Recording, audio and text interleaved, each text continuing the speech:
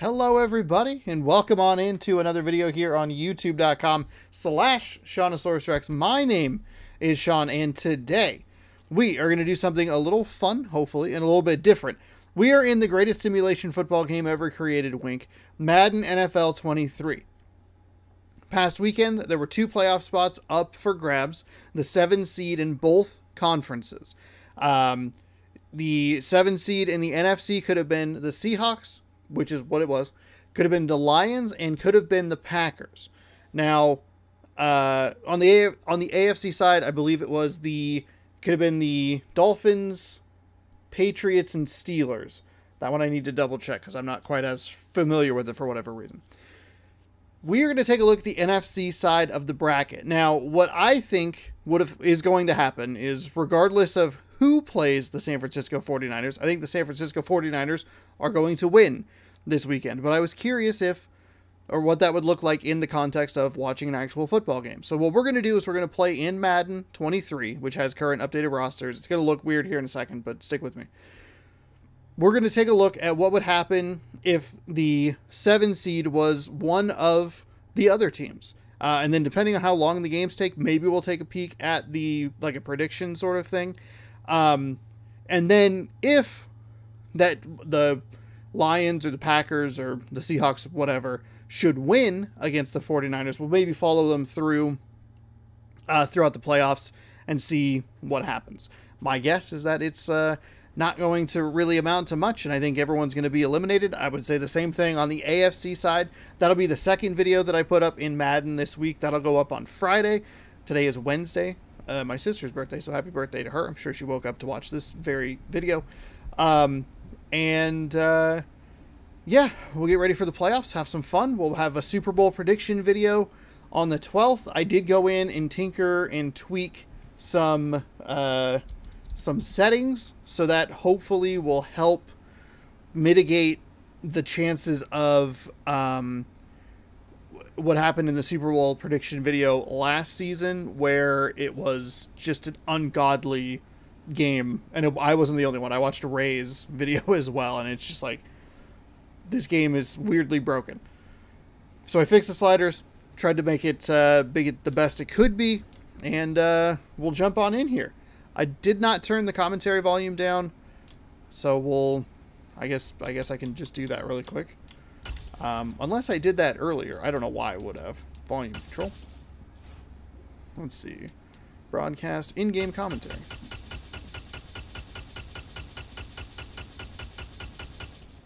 Anyway, if you'd like more of this content, be sure to tune in Friday for the AFC side of things, and then be sure to scroll down, subscribe, ring the bell, like the video, do all that kind of stuff. Leave a comment below. Leave me your Super Bowl prediction, your pick, and that way when that team wins, you can point out, I commented on a YouTube video and I was right.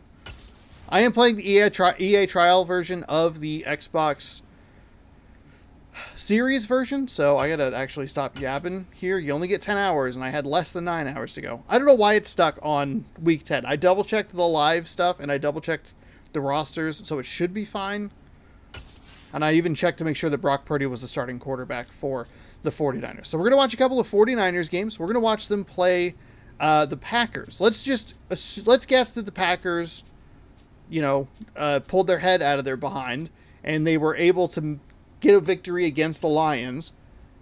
What would it look like to see the Packers play the 49ers yet again in the postseason? Over the last 10 years, they've played 3 or 4 times, and Aaron Rodgers and the Packers have not looked good in any of them. So we're going to jump on in here, and we're going to go ahead and spectate, and we're all good. Simulation. I went with the 10-minute quarters because that was kind of what it said. I don't remember what time the 49ers game is. I think 4:15 is fine. Or do I need to put it for West Coast?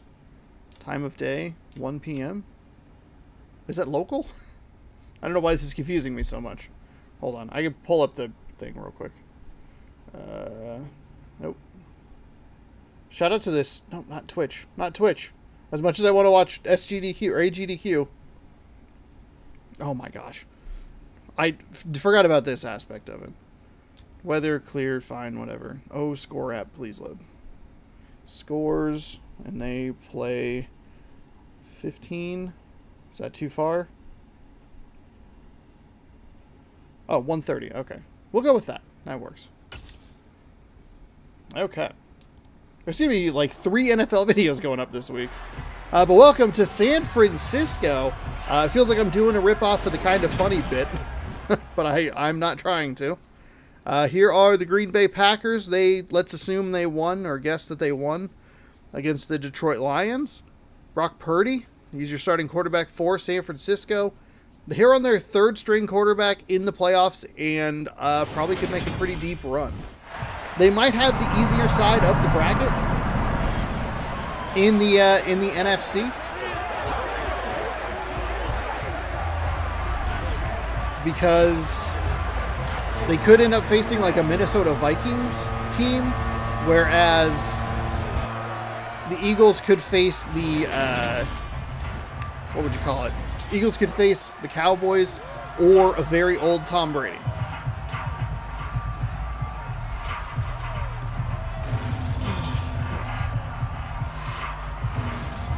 So welcome on into some NFL action here. We get the next gen stats. Last year I did do the Madden prediction. Oh, I did it on series. That's right. Never mind. For some reason I thought I was on the original Xbox. I think I could, not the original Xbox, but that actually would be really interesting. If someone, I'm sure people have it like modded or whatever, but if you could get the current rosters into like ESPN 2K5 and just like get the rosters into like the best version of each franchise and then simulate it from there, be interesting. But that's also because I am an absurd person. We are ready for the opening kick. It looks like it's going to be Packers getting the ball first.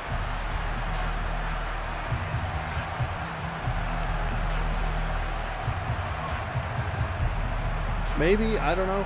There's a lot of build up here. I did not realize how much cinematic was happening. The kick is away, and here we go. It is wild card weekend, super wild card weekend. And the excellent returner for the Packers makes it out to the 27-yard line. Matt LaFleur and Aaron Rodgers, they've enjoyed 3 really successful years and almost a magical run into the playoffs.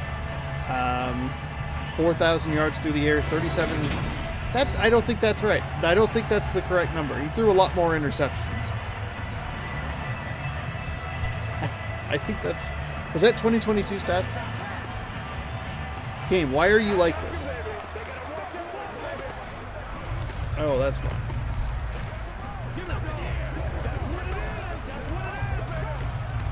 They're probably talking a lot about Aaron Rodgers. Big fan of the ayahuasca, which I always just think of, what's it called?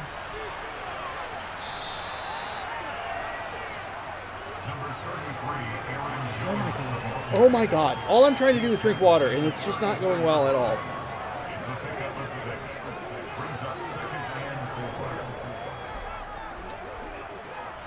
I believe that was Aaron Jones for a gain of 6. 2nd down and 4. We saw the Packers try to run the ball quite a bit in the matchup against the Lions. Aaron Jones for another 3. It's going to be 3rd down and very short, but the Packers just couldn't get these short yardage situations. They were trying with misdirection, trying to use the speed to the advantage, or to their advantage, to get the Lions to over pursue, who were being very aggressive, and it just did not work. The Lions played a tremendous game, but they did not get the help that they needed, as we see Aaron Rodgers convert 1st down. 1 for 1 for 5 yards, up to the 42-yard line. That reception goes to Cobb. And they got off to a pretty good start against the Lions in last week's season finale.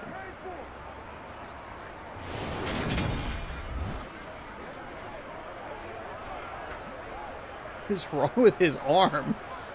What's happening there?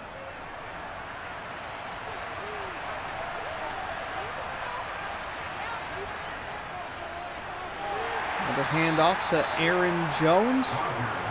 Already up to 14 yards on the ground. 2nd down and 5.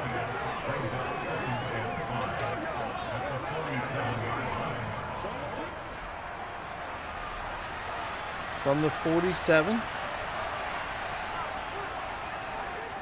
Rodgers drops back, throws, finds number 13, Alan Lazard, for the reception, and that is a 1st down.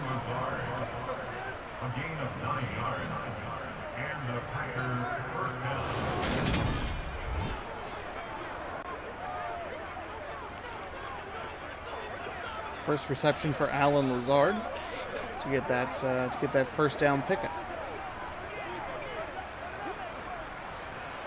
Obviously, Green Bay played a lot better the last 5 weeks of the season. Even though they lost the game that they needed to win to get into the playoffs, they still looked pretty good. A huge hole for Aaron Jones. And he gets it all the way down to the 31-yard line. 1st down.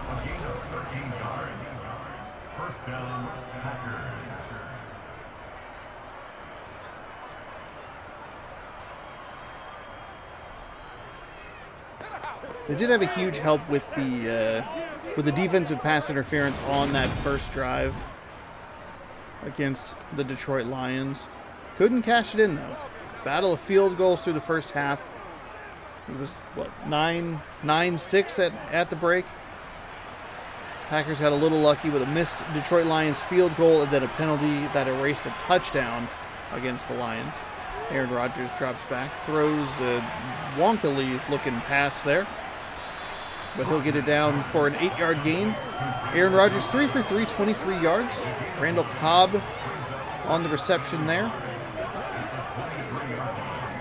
Set up 2nd down and 1 as we work our way through quarter number 1.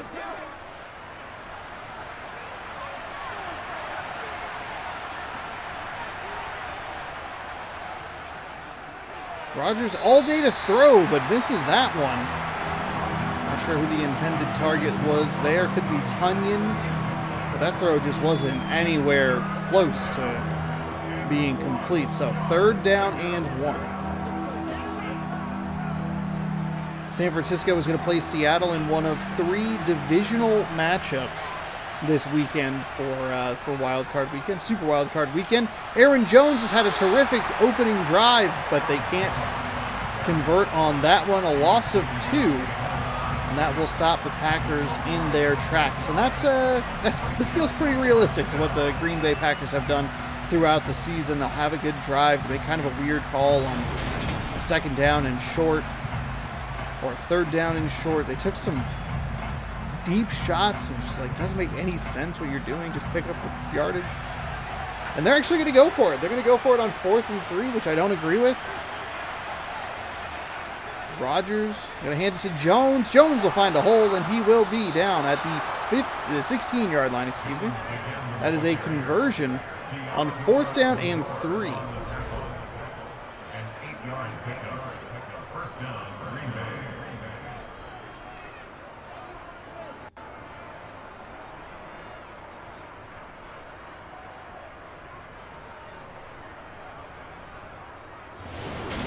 We have still not even seen the 49ers offense as the Packers balancedly work themselves down the field, milking the clock in the process.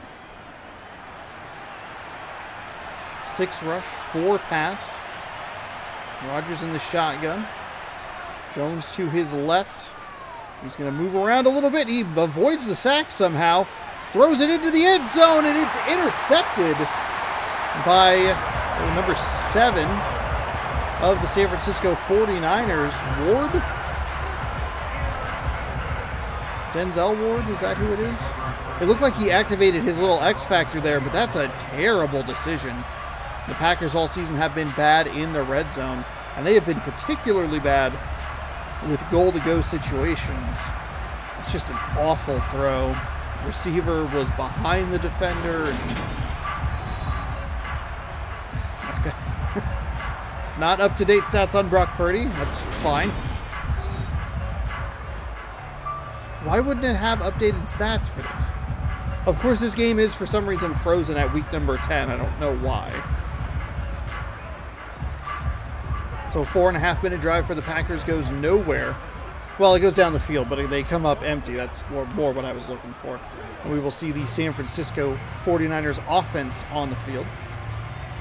I would expect a run-heavy attack for the 49ers. They have lots of speed.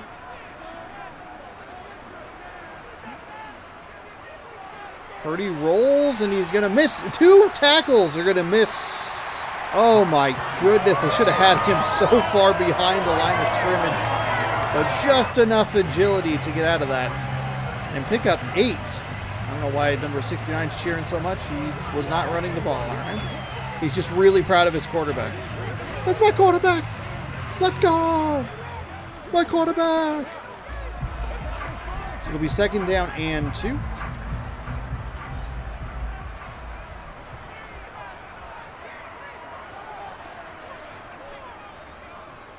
Purdy fakes the snap, and he's going to take off running again.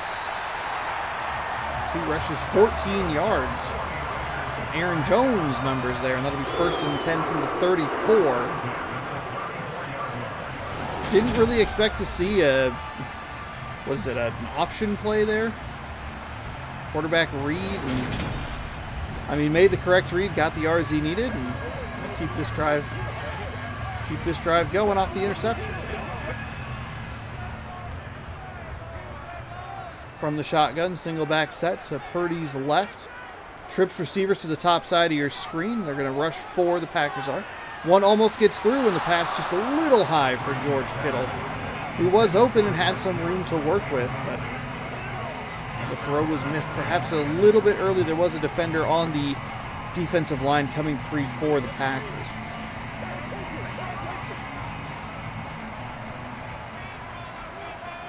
San Francisco has the 2 little perk things at the top of the screen. Purdy again with the run.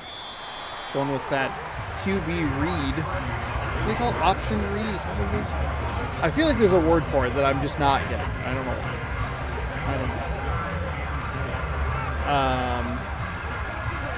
So 3rd down and 4 for this Packers defense. See if they can get off the field and stop the 49ers from getting points off of this turnover. Purdy with a nice throw. Again, just a little high for George Kittle.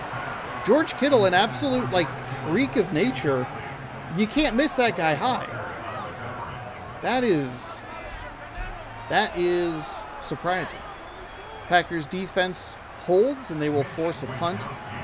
Pretty short drive for the 49ers, who only took about 1.5 minutes off the clock.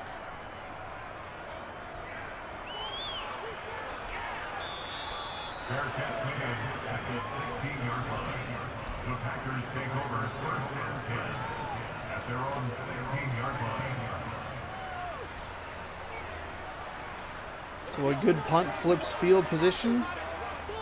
And the Packers will start their 2nd drive deep in their own territory. Coming up next, we're going to take a look at the Lions. See what would have happened if they had gotten things to break their way against these very same San Francisco 49ers. And then on Friday, we'll take a look at the Steelers and the Patriots playing the Bills. And then again, depending on how long these games take, it's deflected at the line, and Joey Bosa looked like he was running that one down. Couldn't get to it, though. 2nd down and 10 following the incompletion. Again, depending on time, maybe we'll take a look at a more prediction-esque game at the end. But no promises, so I don't know how long these are going to take. Considering that this video is almost 20 minutes in, and we're through, not even through a quarter. I only talked for a couple minutes at the beginning. Maybe we'll just work with the 2.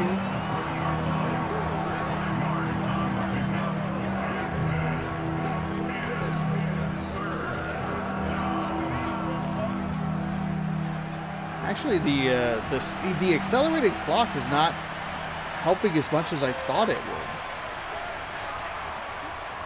It has that same sort of, there's a nice throw to Watson on the sideline. Christian Watson. Oh, he's going to warp through everything. $70 game, by the way. Curious to see when this goes into Xbox Game Pass. I'm assuming it'll be about March after the Super Bowl. They'll probably put it on pretty deep discount. I might just try and use the free trial.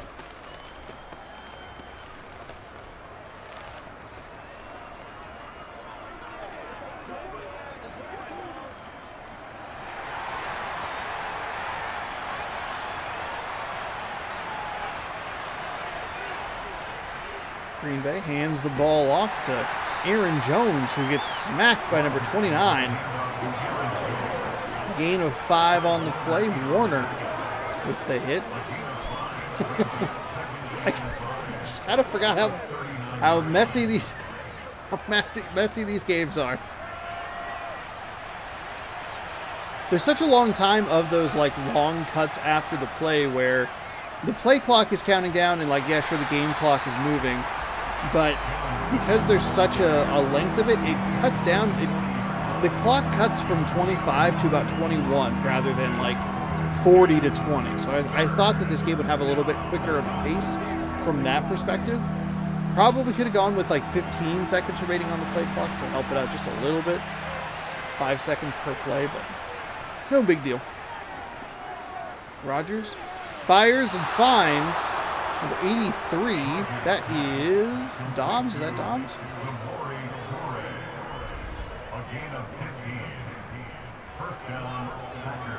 I will say the animation on Rodgers when watching him like throw the ball in this game is fairly accurate to what he does. They showed Favre versus Rodgers and how they both threw the ball with neither their right or left foot. Like they were both in the air when they did that. It was wild. Very wild. People also were comparing the final 6 passes for both Favre and Rodgers. Should Rodgers retire? There's been some talk of him retiring this year, as there has been for the last couple of seasons, either walking away from Green Bay and football in general or just going to another team. But each final 6 pass attempts for the Packers were both Favre and Rodgers, both 2 for 6, 12 yards, and an interception that sealed the game for the opposing team, which I thought was a bit of a stretch for the interception that Rodgers threw against the Lions, because they still had a shot. They just couldn't get the stop on 4th down that they needed.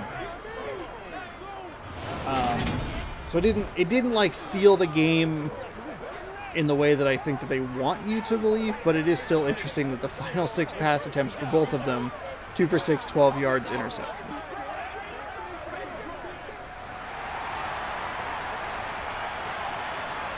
Green Bay with a 1st down and 10 from the 30-yard line. Rodgers takes the snap, shuffles his hips and throws, finds Randall Cobb, who's going to be stood up right around the 20. We'll see what the measurement is. Shallow cross for Cobb, who looked like he might have been able to fall forward for the 1st down, but got whacked by one more defender. They will give him the yardage. 24 yards on 3 receptions for Randall Cobb. I really like the stats at the top. It's very helpful.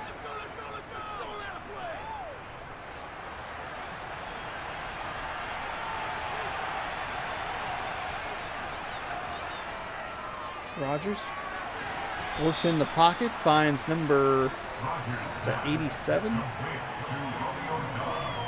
Romeo Dobbs. Who's the other? Ward with 4 tackles already. We have hit the end of the first quarter. It's been Green Bay dominated by Green Bay offensively, 12 plays to 3, 81 passing yards. Yeah, they are. The Packers are crushing it offensively, minus that interception. We'll see what they can do here on a 2nd down and 6, quarter number 2 underway. Oh my goodness. Rodgers, there was nobody there. I don't know where he was going. Looked like maybe the San Francisco 49ers would have a break on the interception. What's this camera angle? What are we doing here? But that incompletion creates a 3rd down and 6. Back to the left of Rodgers. He's going to step up in the pocket. He's going to get sacked by Joey Bosa. Or Nick Bosa. The Bosa Bros. Not on the same team. Both in the playoffs, though. He's going to get sacked from behind. The offensive line just didn't give him enough time. He's been working around in that pocket pretty well so far, but that will hold the Packers to a field goal attempt to try and get on the board first.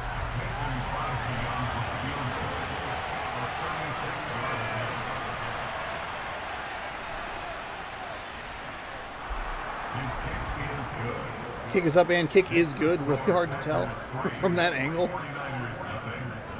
whether it was good or not.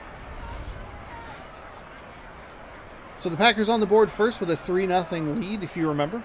Before Rodgers threw the interception in the end zone, the Packers did try or get a conversion on a 4th and 3. Maybe could have come away with points and forced a 6-0 score, but hey, you know, the past is the past. You just move on.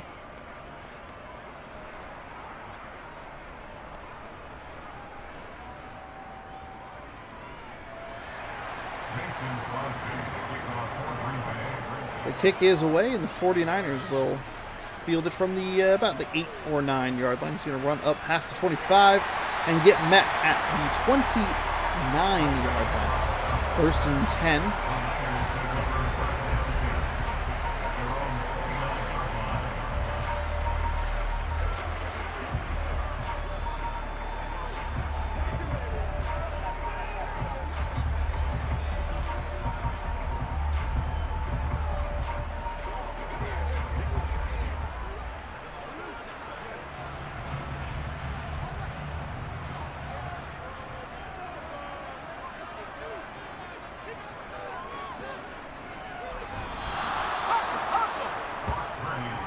Kenny Clark with his first sack of the game, and he took out his teammate on the celebration. Just some of the fun here. 2.9 seconds time to sack. The NFL Next Gen stats only available on the Next Gen of consoles.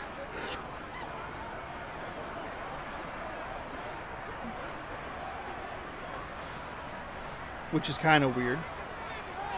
But 2nd and 14 upcoming for the 49ers. Oh, big pass from Purdy, who launches it. And that's going to be number 15. Not sure who exactly that is. Jennings comes back. That ball looks severely underthrown, but it doesn't matter when you're coming back to it. Defender not really in the area. And that'll be a big conversion on a 2nd down and 14 as we see Purdy air it out a little bit. Right about midfield for the 49ers. 8:43 to go here in the 2nd quarter.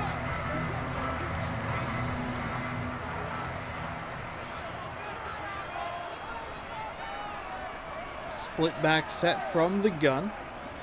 He's going to hand the ball off. No, he's going to keep it. A lot of read option here for the 49ers offense. I don't watch a lot of 49ers football, so I don't know if this is weird or not. My gut says it's weird with Purdy, but not necessarily weird with, like, Trey Lance. Maybe that's what it is. This game hasn't made the adjustment for the playbook. For the quarterback. Adjustment to the playbook for the quarterback. Oh my goodness. Brock Purdy is 1 for 4 on his passing for 24 yards. And he's missed Kittle twice high. And that one just wasn't even close. And a couple of times the receivers have had some room to work with. 3rd down and 9 for the 49ers. Purdy with a deep shot down the left side. It's going to be caught. Oh, caught on the outside again. Number 15, that's Jennings. For another huge gain. 53 passing yards, and all of them going to him.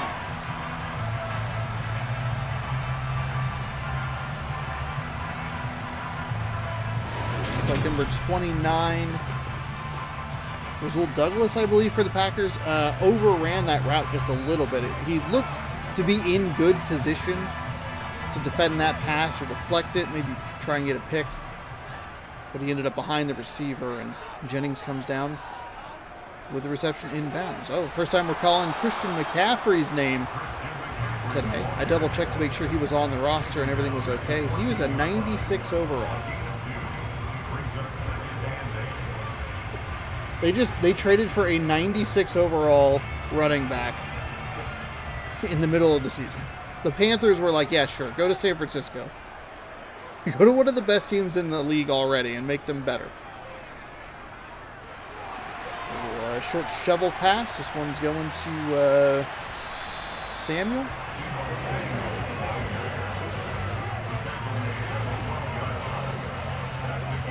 Who was the player that got injured for the 49ers? Deebo Samuel? I don't know if it was him, but...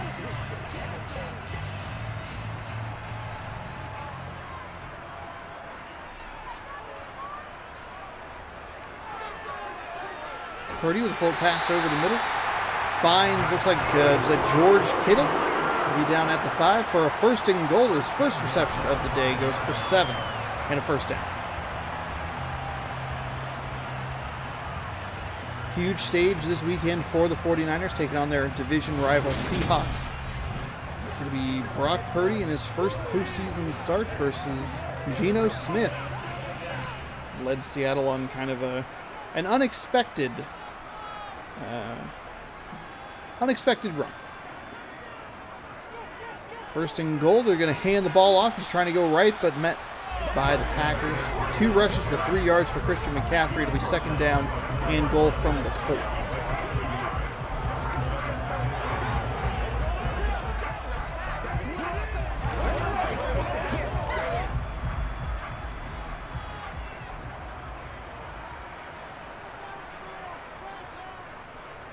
Purdy hands off to McCaffrey. McCaffrey tries to weave his way through the gunk.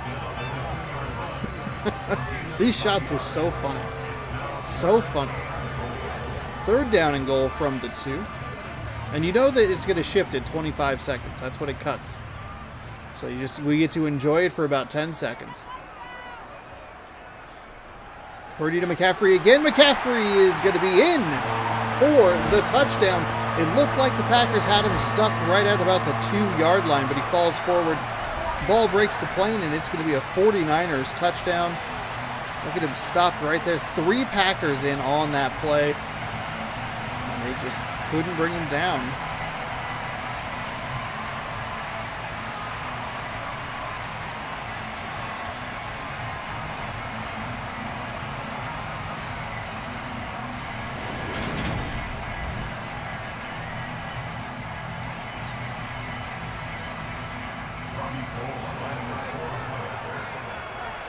So the 49ers take a lead with 4:51 to go here in the second quarter.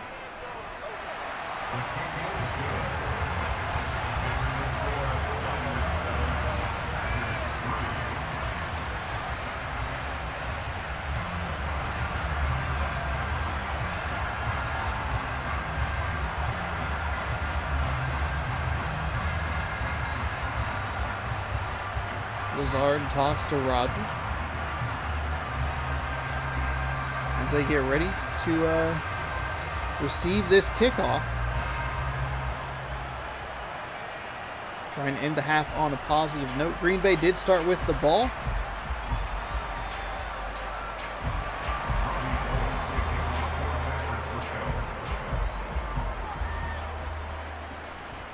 And he'll receive it from about the 12-yard line.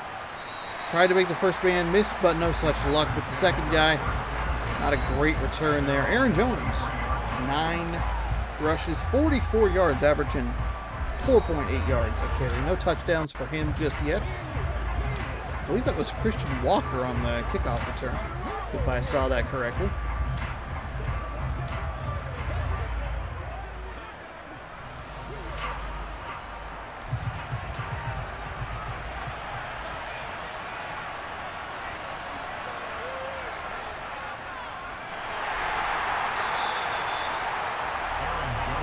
Jones gets stopped for a 2-yard loss. Back to the 21, and it is second down and 12.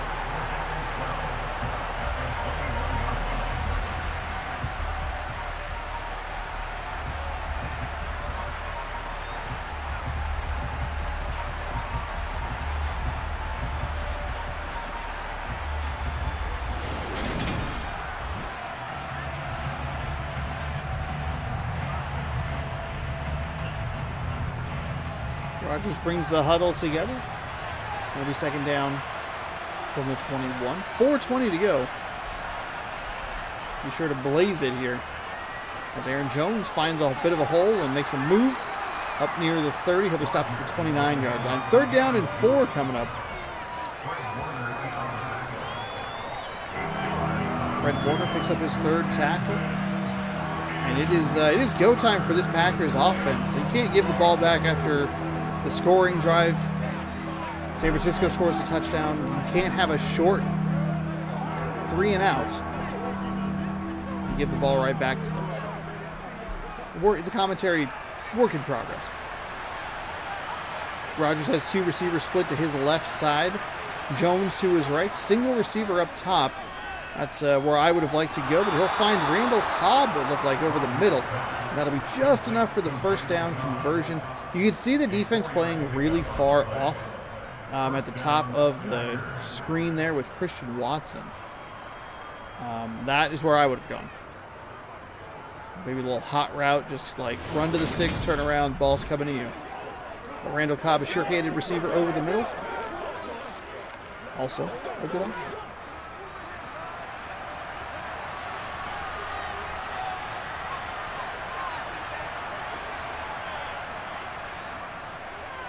Rodgers drops back, finds Aaron Jones out of the backfield. He'll get met by number 7, taken down after a gain of 8. Aaron Jones' first reception of the day goes for 8 yards, with Ward on the tackle.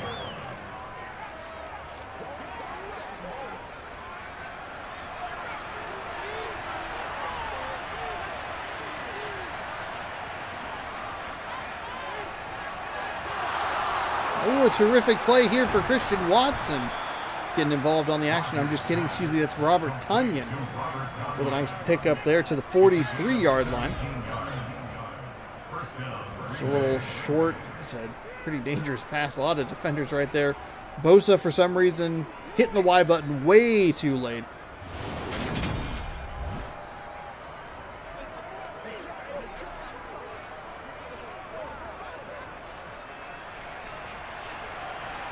First down and 10 from the 43. 2.5 to go in half number 1. Rodgers finds that time Christian Watson, correctly called by your commentator. Gain of 7. No reason to rush here for Green Bay with all 3 timeouts. And obviously plenty of time even beyond that. So we can just let this wind down.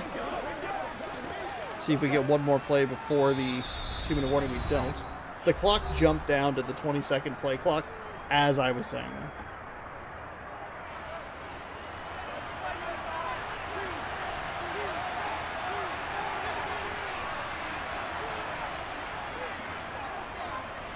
There's a nice find over the middle. That's Watson inside the 30 down to the 28.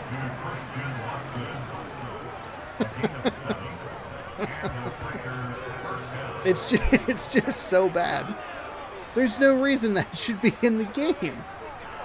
I know. You gotta put all your money towards nickel and diming your player base for ultimate team packs and blah blah blah.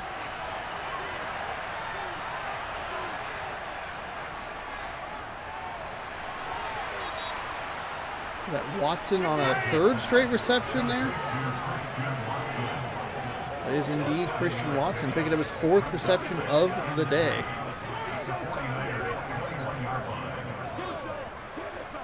No real hurry here, which is really weird. I guess you don't really need it with 3 timeouts. Rodgers throws, and that is a miscommunication. We've seen that a few different times on both sides of the ball, or for both teams, I should say. 3rd down and 3. Another big conversion here for the Packers. Deep in San Francisco territory. Each one of their drives has gotten inside their 30 at least.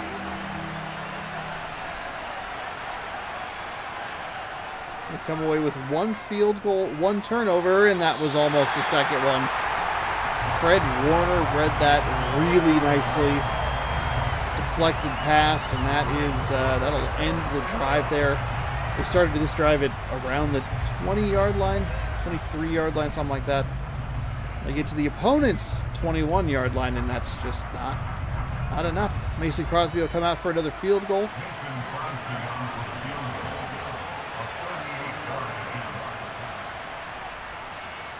The kick is up, and the kick is good. I should point out this is on the hardest difficulty, so all Madden.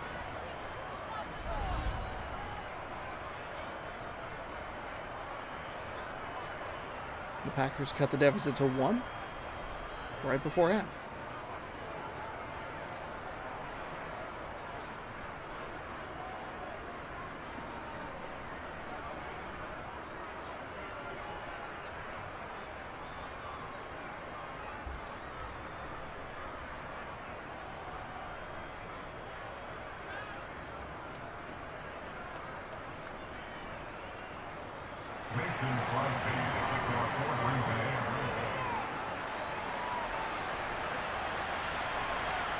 Fielded from about the 6, he'll get up to the 20, the 25, the 30, and near the 35 before he is dropped.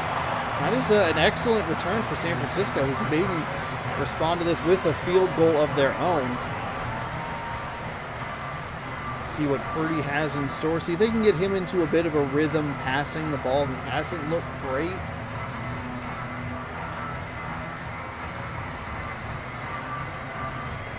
There have been some nice adjustments to the ball by receivers down the sideline. Both of those down the left sideline. The far sideline for us. In the press box. Purdy over the middle. Finds, might be Juszczyk. He's going to fumble the ball. That would have been a huge break for the Packers, but instead the 49ers are able to come up with it. And they'll take a timeout. Second quarter. I believe they play in, what, Santa Clara? Croft is the receiver on that one, by the way.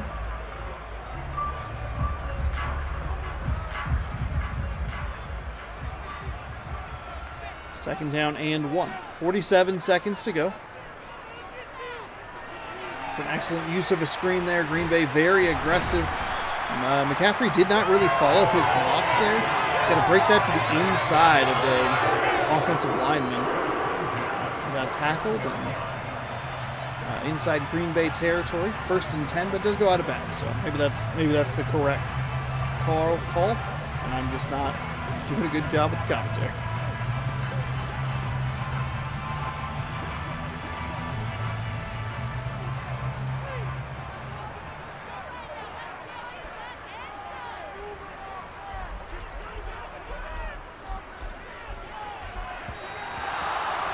Goes wide again. Brock Purdy, 60% on his throws, 6 of 10.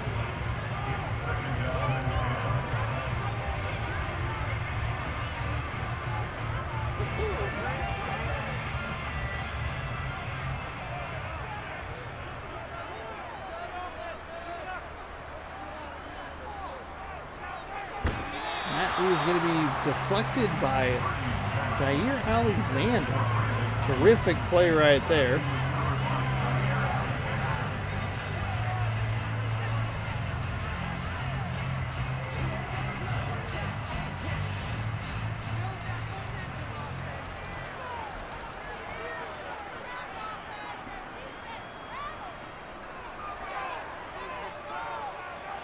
Purdy throws and finds McCaffrey out of the backfield. He's going to get near the first down marker. It'll be 4th down and inches as the clock winds inside 30 seconds to go. I'm surprised to see the 49ers not taking a timeout, or even the Packers not taking a timeout, given their return man an opportunity. It looks like they're going to go for a long field goal here to end the half. 4th and inches, that's not even close. Green Bay is going to take it out of the end zone. Try to find something. Kittle makes the tackle around the 25-yard line. And that'll do it. Half number one, comes to a close. A close game, 7-6. San Francisco able to make a conversion for a touchdown, whereas the Packers have not been able to find the end zone yet. The closest they got to throwing a touchdown was, that's right, an interception. Short pass throw frequency and completion percentage looking pretty nice. I don't know what's wrong with the player's arms. It looks weird. Game tendency.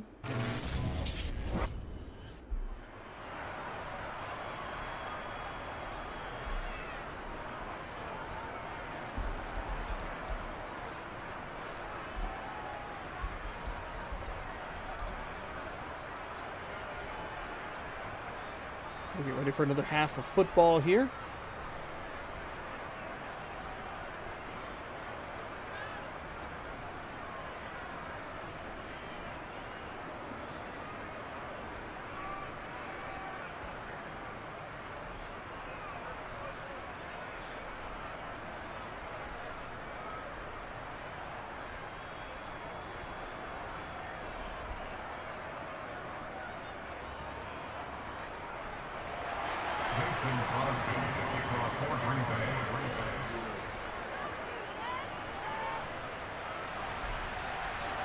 Packers kick it off, and they'll be returned from inside the 10 up to the 25-yard line. Purdy will lead the 49ers offense out onto the field for the first drive of the second half. See what kind of halftime adjustments we get here.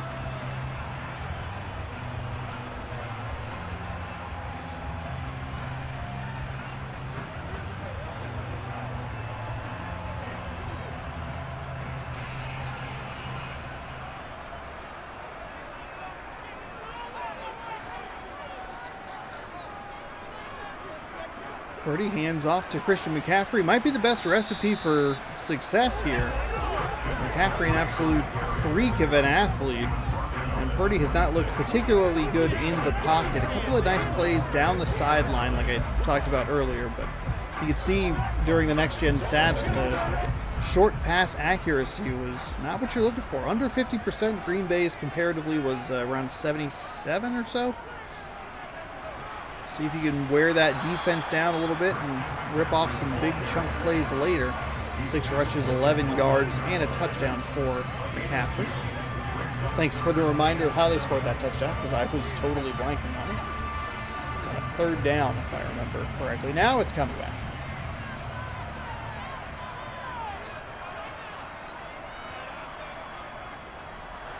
Oh my goodness, I love the play call on the screen, but it wasn't timed up well at all on the 49ers side. Take advantage of that aggressive Packers defense, kind of do what they were trying to do against the Lions, use the aggression against them, screens, misdirections. But that's that guy just kept going right at the quarterback, and Purdy couldn't get it to the receiver. So they will try to flip the field, and they'll do just about that. It'll go from the 29 to the 30.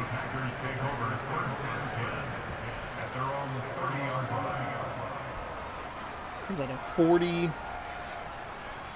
40-yard punt. 40 yards of field position change.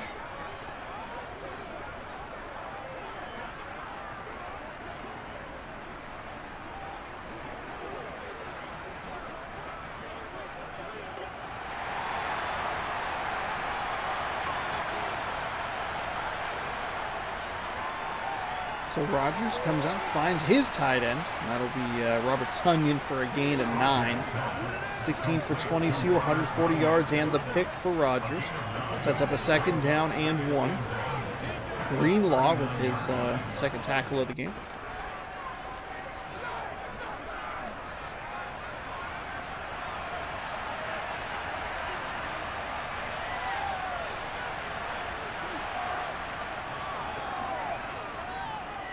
Rodgers steps back, fires a terrible throw. Looked like he was getting hit. That'll be 3rd down and 1. Incomplete pass. There was no receiver in the area. Quickly running out of time.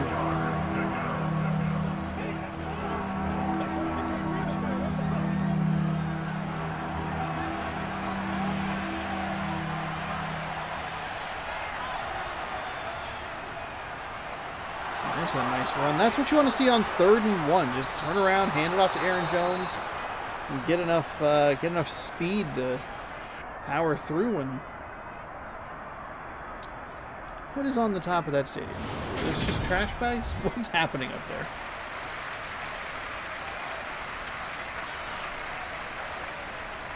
Gibson Jr. unfortunately having to go back to the locker room.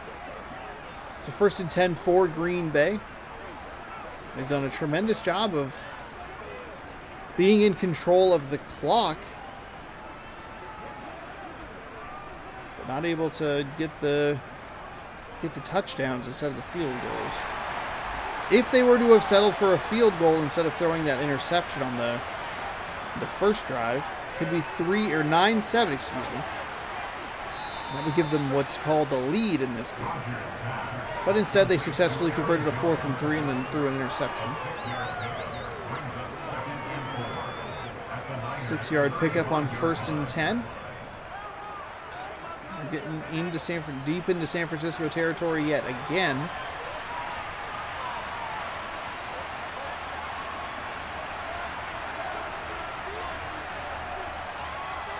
Dropping back, fires and finds. Is that Tonyan again? We have seen Robert Tonyan more in this game than probably most of the season for Packers fans. 4 receptions, 49 yards. Tonyan had a breakout season a couple of years ago, had an ACL injury last season. Love to see him get back on track. And can they build a rapport between Jordan Love and Alan Lazard, Jordan Love and Christian Watson, Tonyan, 2 running backs, A.J. Dillon and Aaron Jones. Rodgers back in the pocket, finds Alan Lazard right on cue. And that'll be a gain of 9, 2nd and inches coming up.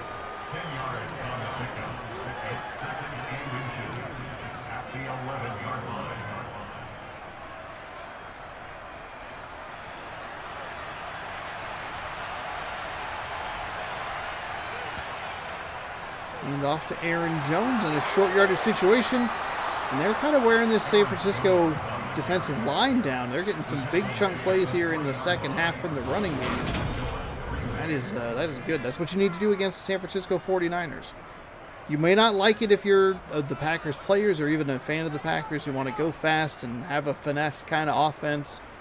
But you can't give them extra possessions. You got to shorten the game up so that they can't burn you with big run plays, trickeration, fancy stuff like that.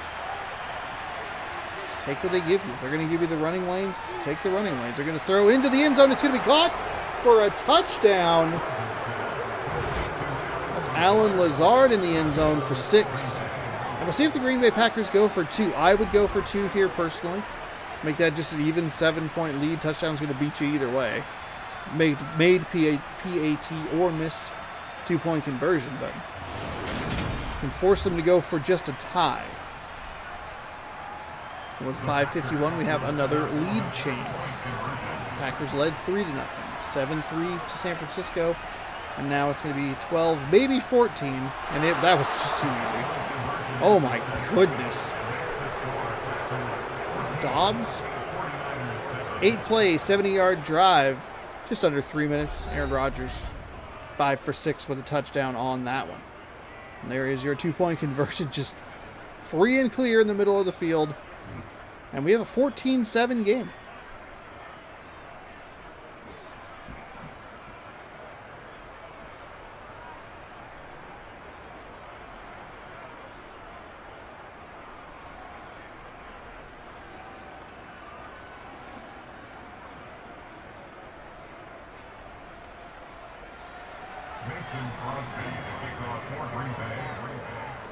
Kick is away. And from the 10-yard line, the 49ers will return. It'll get up to the 25. That'll be... That did not look good. I don't know why they cut away from that. He just did that. Man, okay.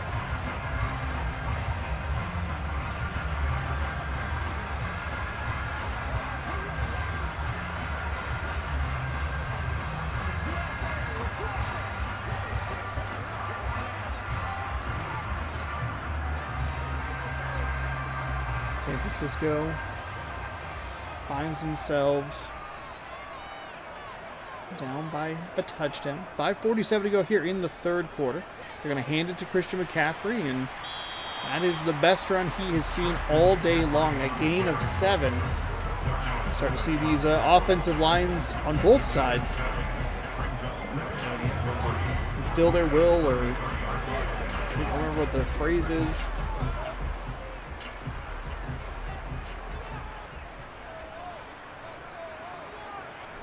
So second and short coming up. Purdy takes the snap, hands off to Christian McCaffrey, who's met right around the line of scrimmage. Does enough to make it a no gain. It'll be third down.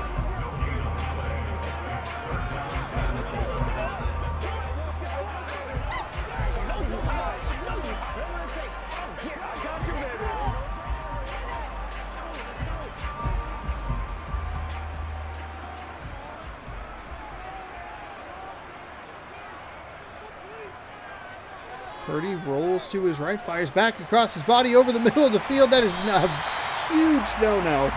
But it doesn't matter, I guess, if you find a receiver to convert for a first down.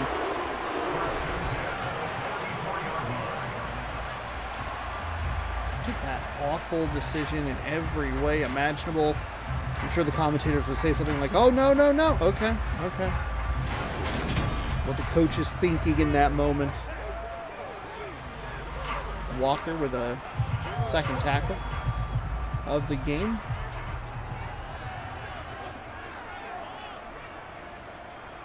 Hand off to McCaffrey, who has a big old lane on the right side, and that'll be a huge 9-yard rush.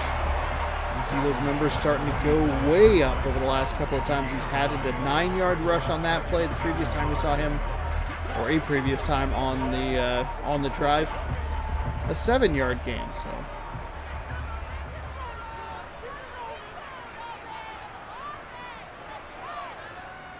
Gonna fake the handoff. It's a little read option. It's the wrong read because number 20 was coming down for Green Bay and made the tackle in the back. Third down and they've been much better about being having positive plays without that run option or read option.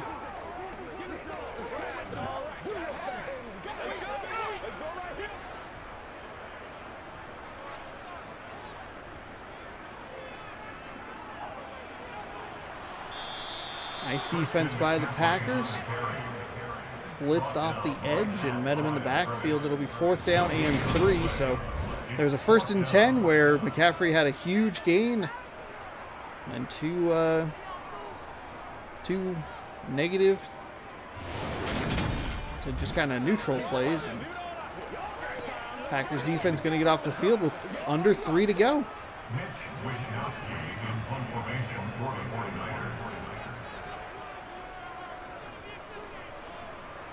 Kick is away. The Packers will get the ball from the 20. Just a little off. A little off. Almost a tremendous coffin corner, but instead they'll give Rodgers and company the ball at the 20-yard line. They scored a touchdown last time down, or last time out. What do we get here?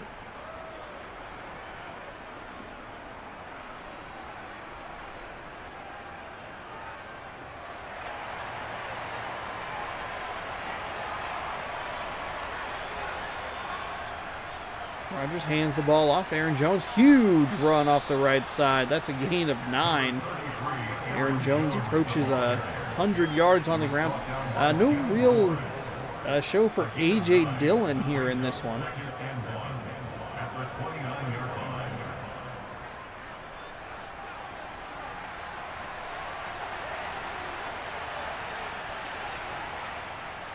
Hand the ball off yet again. He's met right around the line of scrimmage, but there's such a short yardage to get that it doesn't matter how good Fred Warner played that play.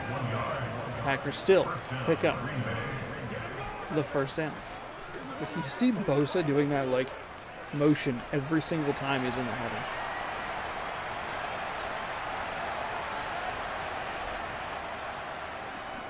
Oh, play action pass. It's going to be a throw to the outside for Lazard. Warner again on the tackle. Lazard picks up his 5th reception of the day. It'll be 2nd down and 3 at the 38-yard line.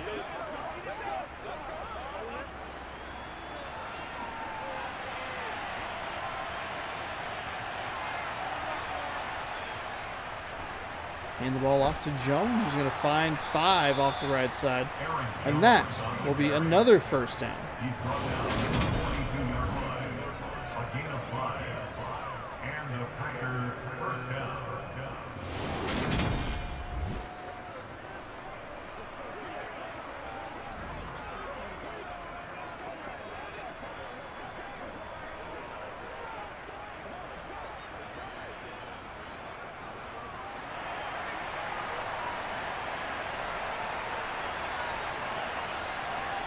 Rodgers takes the snap, hands off to Jones yet again, and another huge run off the right side.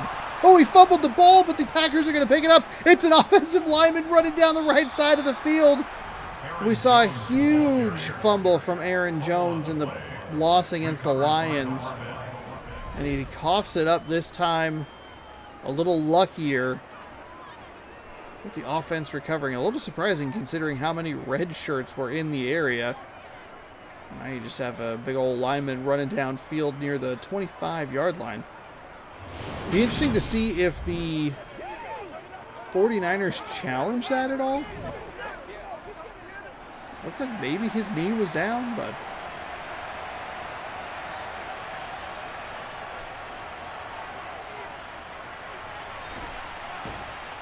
Warner on the tackle yet again. We've been calling his name over and over again. Rodgers starting to pick apart this defense and work this Packers team down the field yet again. They are inside the opponent's 30. As we have hit the final play of the 3rd quarter, 14-7. Your score here in Santa Clara. Can the number 7, theoretical number 7 seed Green Bay Packers knock off the highly rated, highly ranked juggernaut 49ers, who have been good year in and year out regardless of who's under center?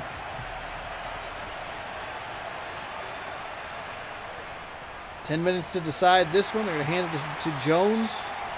Looks like he was going to pick up a couple yards and then gets thrown backwards to force a 3rd down and 2.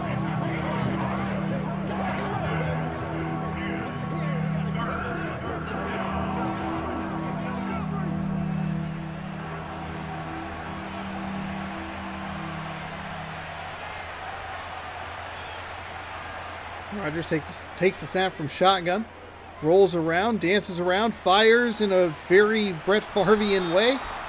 That'll be a 1st and goal down at the 5-yard line. Christian Watson making some magic after the play kind of breaks down a little bit. 5th reception for Watson on this one, or in this one.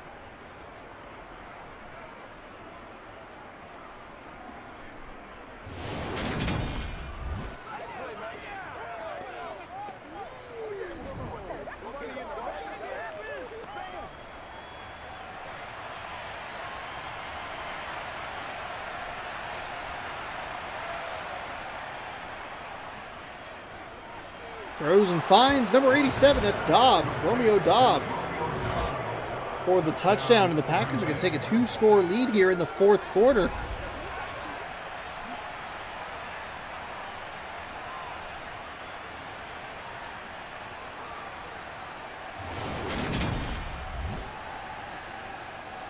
With 8:52 extra point pending, 2-touchdown lead.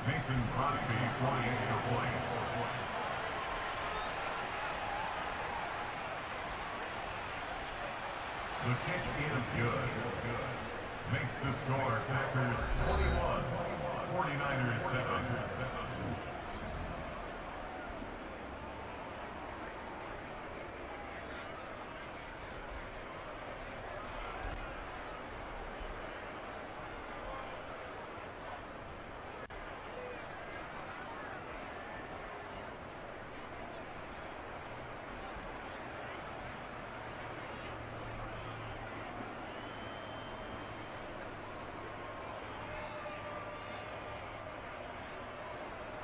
Mason Crosby to kick off for Green Bay.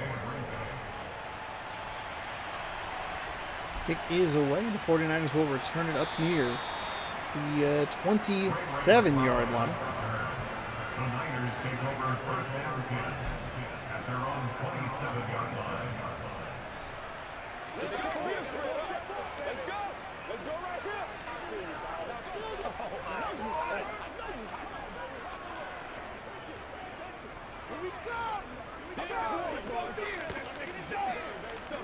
So what can the 49ers do here?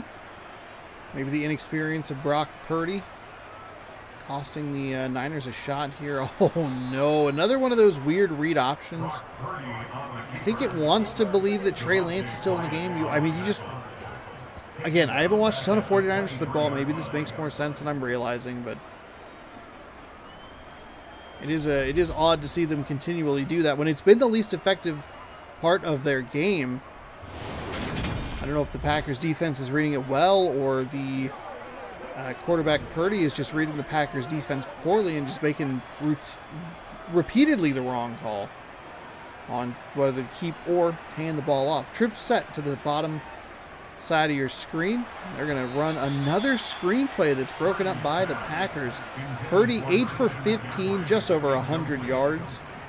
And it is 3rd down and 14.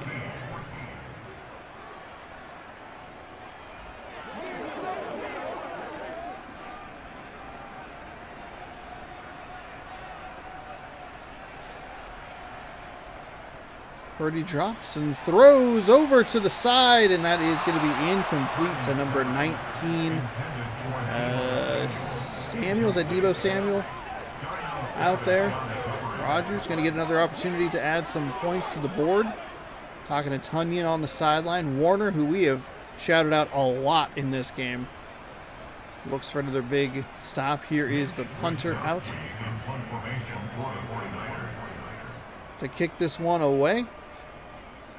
They will start at the 30-yard line. It'll be actually fair caught at the 31-yard line to be exact. So Rodgers leads them out. Green Bay, had they won the game against Detroit, they would have had the road. They would have been on the road to the Super Bowl, which is how they won the Super Bowl back in 2010. They had played so well. I think the big difference between the Lions game and the previous two, specifically the Vikings and the Dolphins, in the Dolphins and Vikings games, they forced 4 turnovers in each of those games, and they did not get a single turnover against the Lions, which, it doesn't give you a short field. You can't get an interception return or a fumble return for a touchdown. The kick returner for the Packers, who had had a couple of returns over the previous few games, he, didn't get one of those big explosive plays that maybe they were looking for to give them, again, the short field. Try and capitalize on the momentum and the excitement, stuff like that. I mean, credit to Detroit, though. Could they be the best team in the NFC North next season?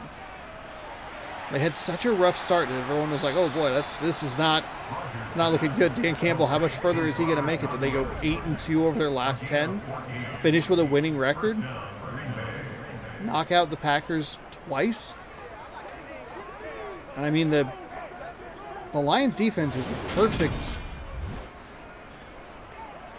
matchup against the Packers' finesse style offense. They're just like, we're going to run at you and hit you. Not really going to do anything special. We'll, stunt and blitz or whatever, but we're not going to run the ball all over us, even though a couple of teams had in the previous weeks. That game was pretty awful to watch. The first half was not good because it was a battle of field goals, which is like not fun. Not fun to watch. But then Green Bay just could not get the offense going. The Lions did just enough to get the edge on them. There was some really there were calls in that game from a play calling perspective for Green Bay. They're like, why are we doing? Like, Why are you doing this? What as a coaching staff are you doing? Clearly this isn't working. Stop trying to like run these sweeps and like trying to get the receiver like sprinting across and the pitch passes. Like, why? It doesn't make any sense.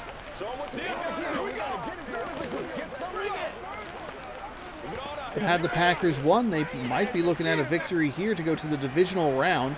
I don't know who they would face. I don't know if it's like the automatic. I think it's that the automatic worst seed would, so they would go to Philadelphia next week should they hold on to this lead, as Jones picks up 4. Again, Green Bay deep into San Francisco territory.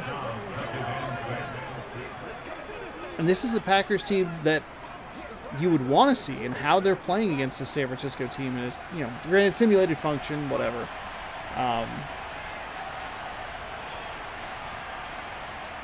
This is what you would want to see. Balanced attack, a lot of running. Receivers catching the ball and making good plays. Oh, it must be like dirt on his arm for some reason.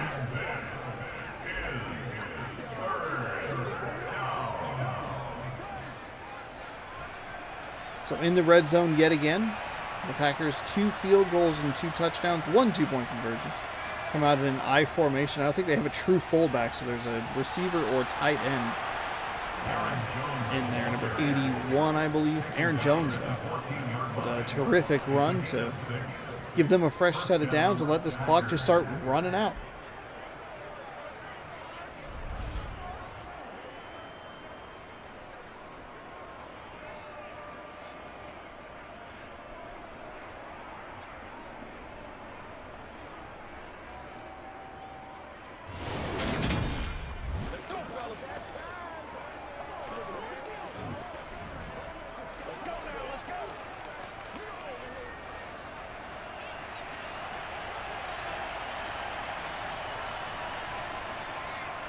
Rodgers dropping back.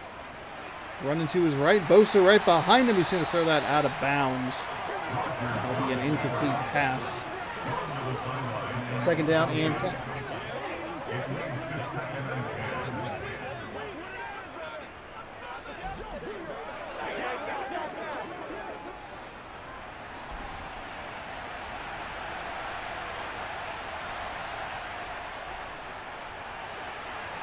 Rodgers finds Lazard down near the 5-yard line. It'll be 3rd down and 2.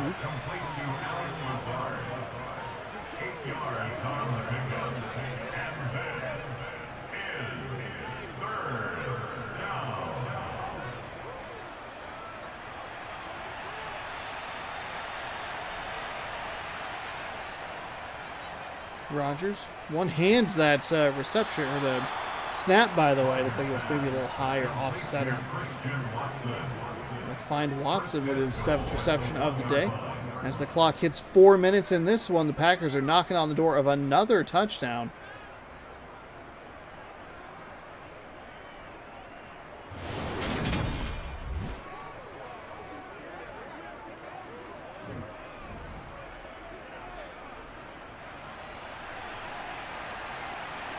Jones off to Rodgers' right. Steps back, takes a snap, and rolls, and he's going to dive into the end zone for a Packers touchdown.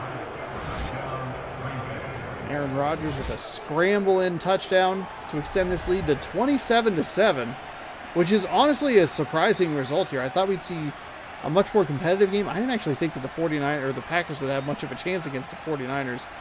The 49ers have been such a thorn in the Aaron Rodgers-led Packers side over the last a decade or so. You go back to even some of the games that Kaepernick going for 181 yards on the ground. They beat him the next year in San Francisco. They met in Lambeau a couple years ago with like one of the more disappointing losses in what's it called? Playoffs? The playoffs.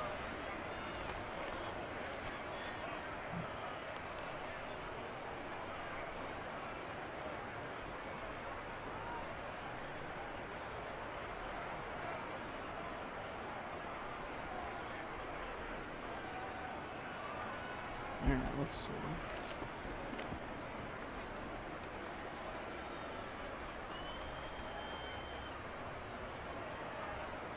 Mason Crosby to kick off for Green Bay.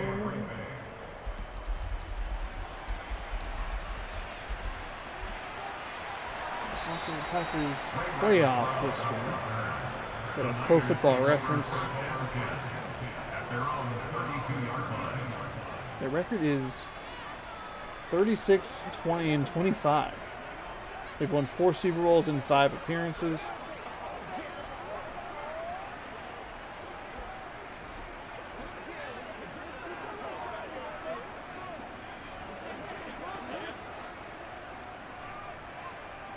They lost in the 2019 NFC Championship to the Packers, the 2021 divisional playoffs to the 49ers. I think I said the Packers. The Packers lost to themselves. 2021, they lost to the 49ers. 2019, they lost to the 49ers. You go back to 2013, they lost to the 49ers. You go back to 2012, they lost to the 49ers. They have just been such a thorn in the side of Green Bay. Kind of nice to see them winning here in this Madden 23 simulation. Purdy's going to take off and run on a 2nd and 5. He'll be met at the 46 or so, 46-yard line, and he'll get driven backwards. 7 rushes for 24 yards. Stood in the pocket for quite a while and was able to find some yards for a first down conversion. They're not out of it, but they do need to start making some moves here. This game is either broken or they're just not really trying that hard. There should be some sort of like hurry-up offense happening. Purdy throws deep down to the left sideline. He's going to find Kingsley and Ngabe, I believe. What are the trash cans? Like bags. What's up? What's going on the left side there? What's happening? He played really, really well. They have some good pieces on the defense, the Packers do. They have good pieces on the offense. I just got to put it together. A 4-8 start is not what you're looking for, obviously.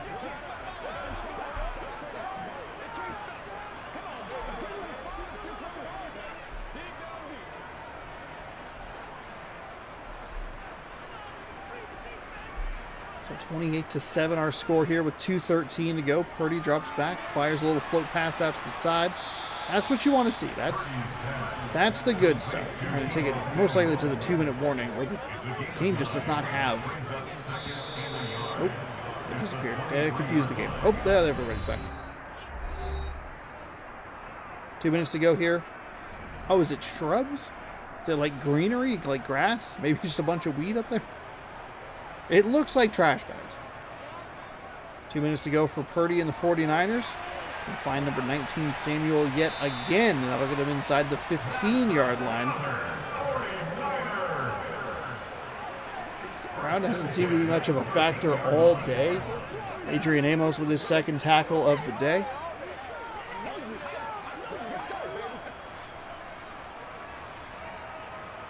No huddle. Goes to the right side. McCaffrey will duck out of bounds after a short gain.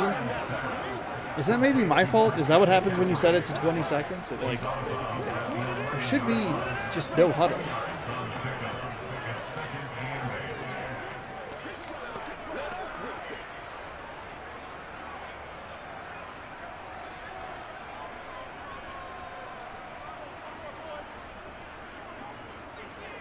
Purdy, oh, that's got to be a touchdown. Is that Kittle again that he's missed? And that was indeed intended for George Kittle, and that was exactly what you wanted.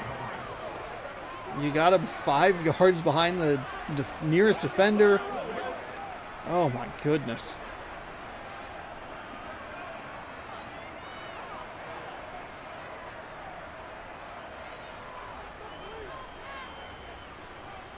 Purdy running around like a wild man, throws it into the end zone, and that one is missed again.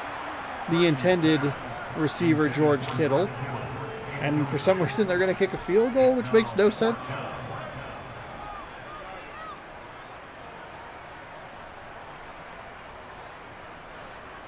Oh, okay. The game just doesn't... Situational awareness there, Madden 23. 4th down and 8. Purdy stands back. All day to throw. He rolls to his right a little bit. Resets. Looking, firing into the end zone, and that's just nowhere. What? Wow. So the 49ers are going to be eliminated by the Packers. Obviously, this is canonical, so we'll go ahead and just write them into the real-life playoffs. Seattle, you head back home. Head on back to that rainy city full of coffee.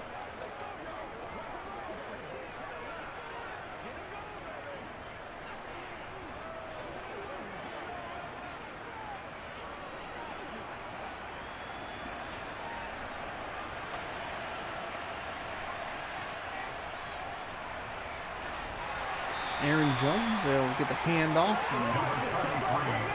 Aaron Jones up to 119 yards after that 2-yard run.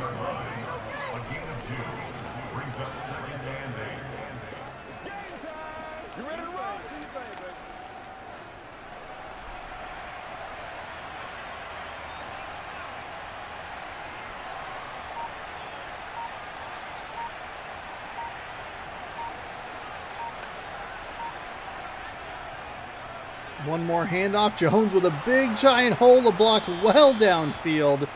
And that is a huge rush right there. And just padding those stats again. I'm not really sure why they're running the ball. They should just be in the victory formation.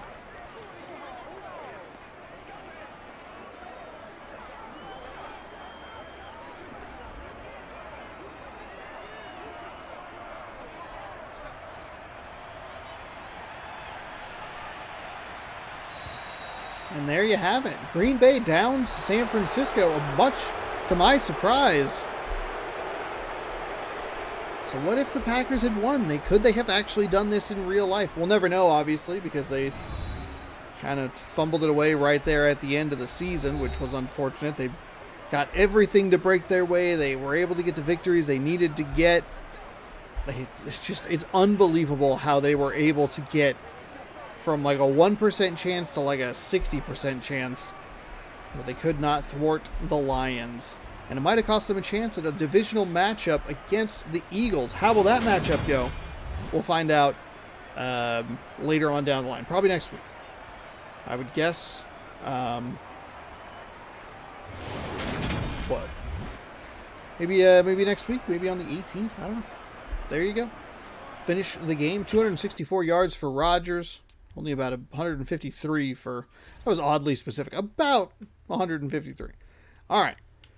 Now, the second potential matchup of the NFC playoff bracket, because the first 6 seeds were locked in, could have been the Lions. Now, the Lions needed a little bit of help. They did their part by winning, but the Seahawks beat the Rams in overtime. What if the Seahawks lost? Well, then that would have put the Lions in to play the San Francisco 49ers. So we'll see. Let's see what happens here. I gotta go to the Lions. Lions. There they are. I feel like they're a better than 76 overall team. I am not controlling a team. I would like to continue.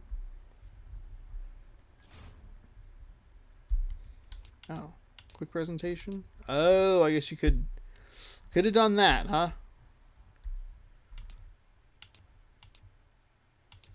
Oh, Super Bowl. Okay, that's what it does. You know what? We'll do a quick presentation. I don't think it'll matter too much, but we'll do that, and we'll give them the same start time, the 1 p.m. start time. Clear. And we'll let that run. You enjoy the pregame and all that stuff. I'm gonna hop up and use the restroom. Lions, 49ers. They didn't give me the same. Okay, that was a mistake on my part. I can fix the thumbnail later. Okay, that's actually a lot nicer. If you turn the commentary off, there's no reason for you to have to watch all that stuff. This might be too quick of a quick presentation. I'm sure it'll be fun. You enjoy the first couple plays, and I will join you in progress here in just a moment.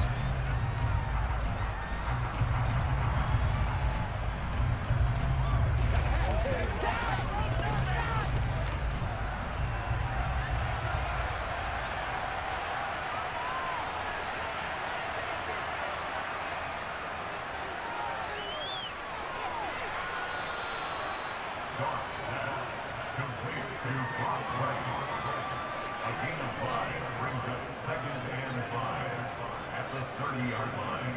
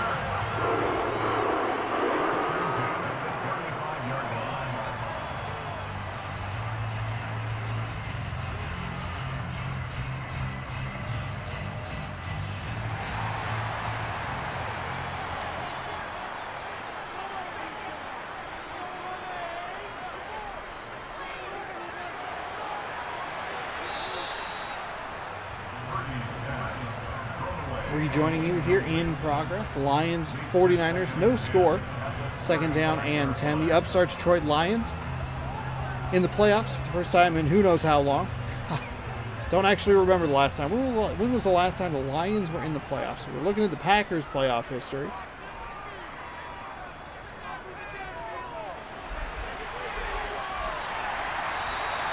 Lions playoff history. Ooh, their playoff record is 7-13. Last time they were in the playoffs was 2016. They lost to the Seattle Seahawks in Seattle. Wow. Huh, I don't remember that at all. They were also in 2014, 2011. But before that, it wasn't 1999. They have only once advanced, or twice advanced out of the first round. Actually, not since not since the NFL, like, joined together. They have not advanced out of... Oh, never mind. I'm sorry. Okay. Just going to ignore... I didn't realize I was misreading the thing on the side. They beat the Dallas Cowboys in the divisional back in '91. They got to the conference championship. They lost 41-10 to Washington, which is... Dang. Anyway, we're here in Santa Clara yet again to see what would happen. That throw is high. Looked like the Lions defender was in pretty good position there. Brock Purdy looking like he's off to a better start here. These upstart Lions started 1-6, but they finished the season on an 8-2 tear. The most detrimental loss they had, though, was to the Carolina Panthers in week number 16 or 17. It was week number 16 because they played. I think the NFC North played each other for the last 2 weeks of the season.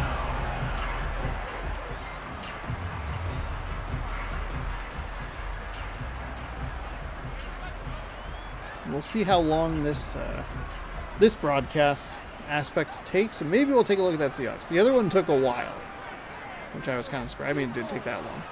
It took long enough to where you go like, do I squeeze a third game in? Because you start doing the math in your head. Like, it's like an hour and 15 minutes. It's 2:30, which is 3:45. Oh boy.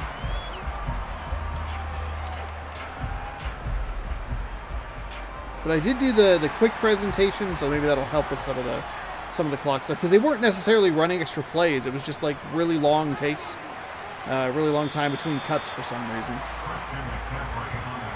So I don't think it'll have an effect on the game. Hopefully it won't. San Francisco, though, looking good on this drive inside the Detroit 20. So we are in the red zone.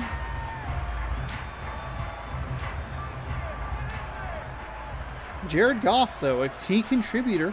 He did not turn the ball over for most of the second half of the season. Maybe like the last 10 games, even when they went 8-2, he wasn't turning the ball over, which, coupled with the fact that the Packers couldn't get a turnover or even a fumble or a big special teams play, played into the Lions' hands.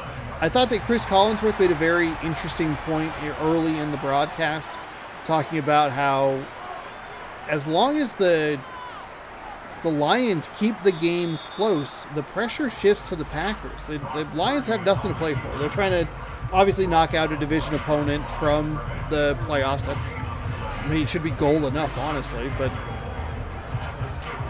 you might start to see Green Bay pressing. You might start to see Green Bay trying to do pushing the ball down the field, trying plays they wouldn't normally try. As we see a touchdown to Christian McCaffrey. He scored in the game against the Packers via the rush, but this one is through the air. And it is 6-0 here for San Francisco in quarter number 1.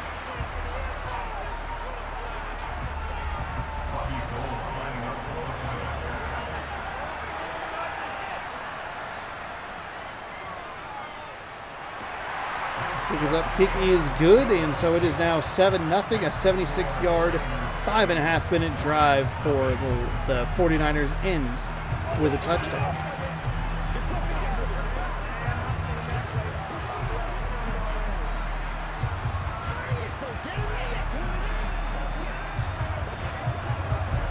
See what the Lions have lined up for this next drive.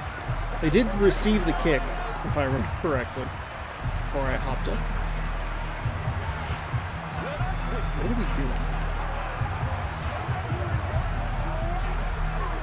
Can I skip through this? Are we stuck in like a... My controller...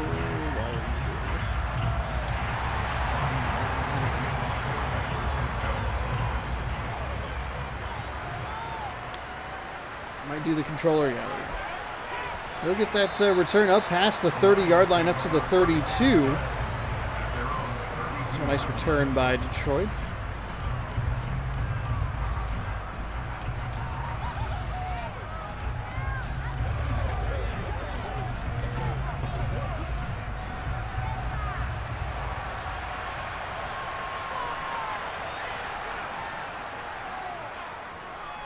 Goff fires over the middle, finds a wide open receiver. Is that Galladay? 2 for 3, 27 yards. That's a big pickup right there. And it is actually St. Brown. His first reception of the day goes for 22. Look at that vacant space right over the middle of the field. And just like that, the Lions, who have been a very electric offensive team over the past 10 games of the season, Find themselves in San Francisco territory. Another throw over the middle to a wide open receiver again. A big play. That one goes to number 4.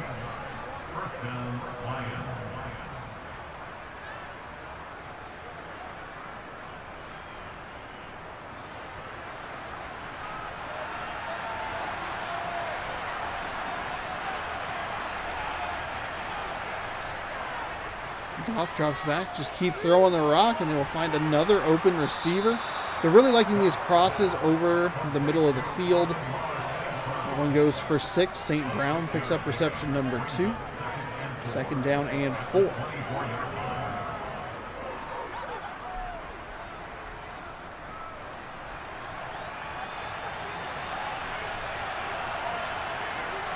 Home team has improved coverage. I find that hard to believe considering that they're that open on every throw, it seems. That one Goff just missed. That's what you want to connect them. That's where you got to get those completions. That receiver had space, but just an overthrow. We saw that a lot from Brock Purdy in the first game today.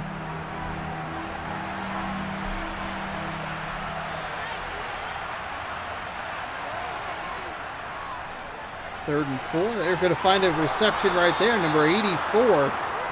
It's going to get down at the 10. It'll be 1st and 10, and not 1st and goal, it seems. So there's a little bit of room for them to get a 1st down before the 1st and goal situation.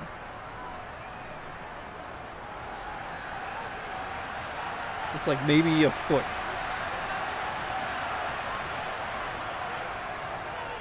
Goff drops back all kinds of time. Another receiver wide open over the middle. And that's a Detroit Lions touchdown. The Lions fire right down the middle of the field. I mean, just over and over. There was no one there. And that is a tie game here. Kick is up and the kick is good. Detroit, a 67-yard drive over the course of just 2 minutes and 17 seconds.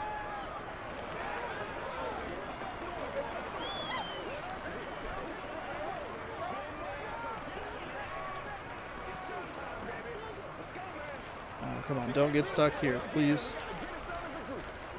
I can't even pause it. It did seem that if I did that, no? It must have just run its course. Okay. This is supposed to be like the quick presentation mode too, and we're just locked in this rotational shot. Like everyone check your social medias here. Okay, just kidding. We're back. Come back.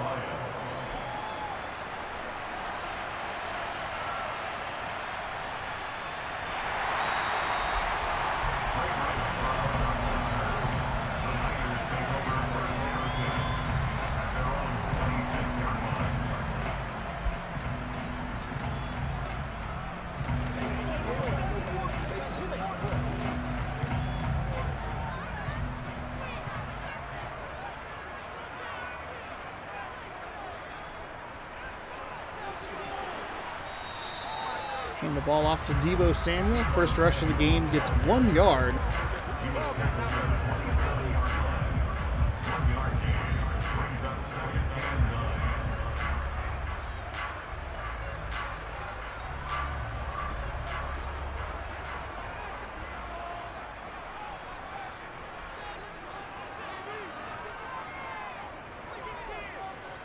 Purdy off his back foot, launching deep, well out of bounds.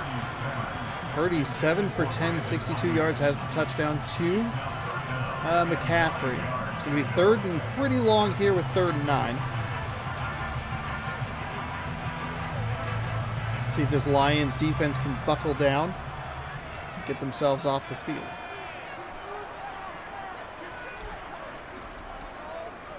Purdy drops back, fires, and finds a wide open. Who's that? George Kittle. Made the completion that time. He missed Kittle several times in the game against the Packers. Once on a play that looked very similar to that, but Kittle able to grab it out of the air and That's a first down. A lot of excitement through the air as it is 7-7 after the first quarter here in Santa Clara. First down and 10 to start quarter number 2. I got stuck in if I wanted to say second quarter, and then I skipped the. Purdy going to get dropped for a huge 9-yard loss. Aquara. Thankfully, I have the PA announcer turned up nice and loud so I can hear the names. Aquara with a big sack there. This is an excellent opportunity for this Detroit Lions defense to try and get off this field. Second down and 19. And find some yards there. It's a gain of 11. Still a third and long. Last time the 49ers had a third and long, they went to Kittle. They were able to find the conversion.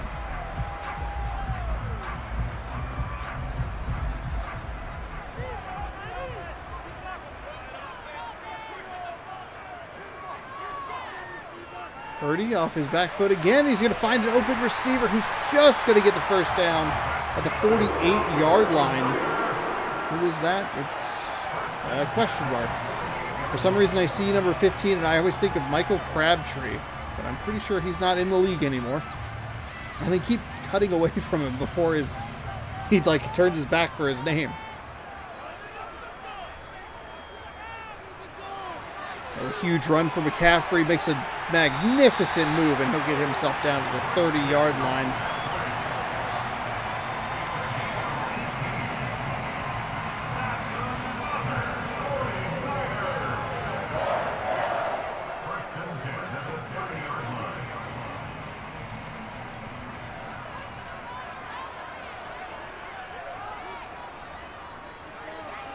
Another run for McCaffrey, this time off the right side. He'll pick up 2.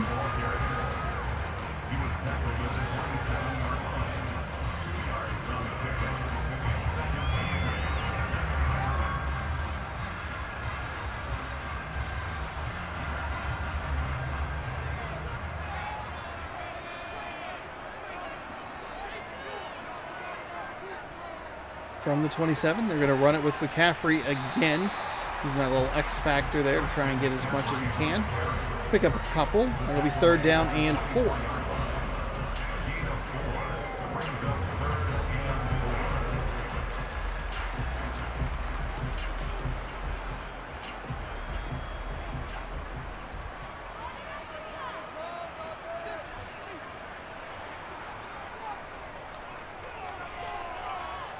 Purdy dropping back, way back, throws it off his back foot, and that is going to be a late, or was that early or late breakup? It's out of Kittle's hands on a 3rd and 4. I'm surprised the defensive back did not just go for it. He was in good position, but a terrific pass breakup is going to force a field goal attempt from the San Francisco 49ers to extend this lead by 3, or extend the lead to 3, because it is tied right now. 6:40 and change to go. Kick is up and the kick is good.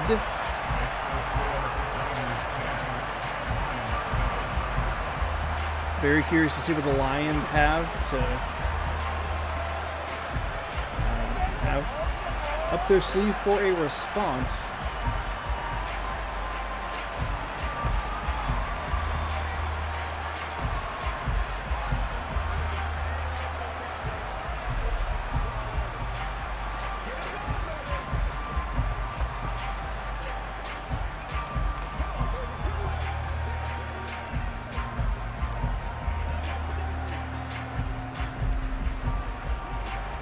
I don't understand what's wrong with the kickoffs. What are we doing?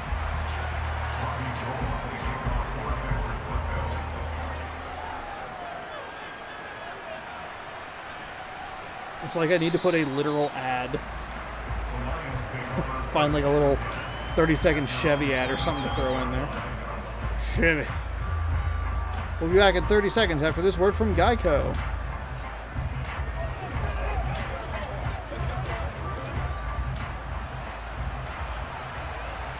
Goff back out on the field, down 3.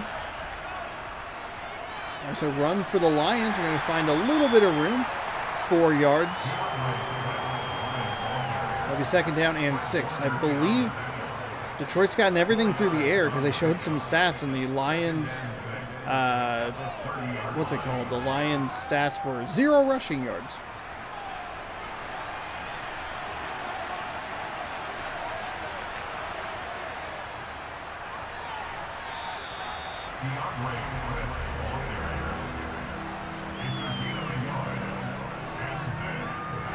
I did not love that play call on 3rd down and 2nd down and 7.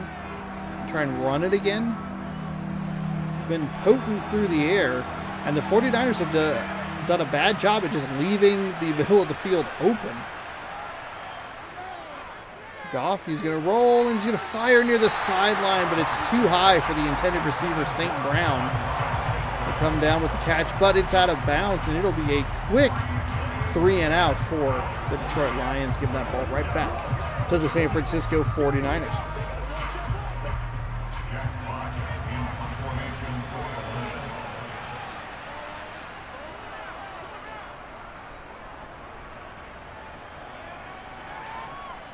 Inside the 20, he'll take it up to the 30, where he'll get mauled by a couple of Lions and fall forward to the 31, set up 1st and 10 for the 49ers. 5.5 to go here in half number 1. Trey Lance on the sideline out with an injury. Brock Purdy engineering a lead at the moment. Couldn't get it done against the Packers, but does he have a better shot against the Lions? Runs like that certainly help. Deebo Samuel picking up 6.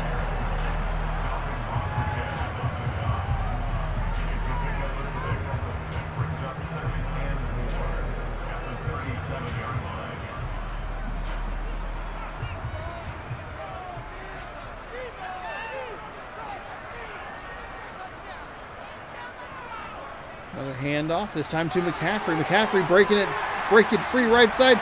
Spin moves, all kinds of things happening there, and he is over 50 yards on the ground already. A huge run in the Lions' territory.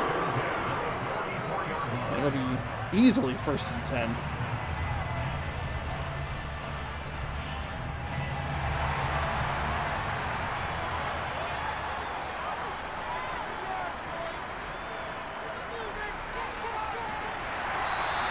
Tries to work that right side again, gets 4. 2nd down and 6. See if the Lions defense can hold here. Bend, but don't break. Keep this a 1-possession game.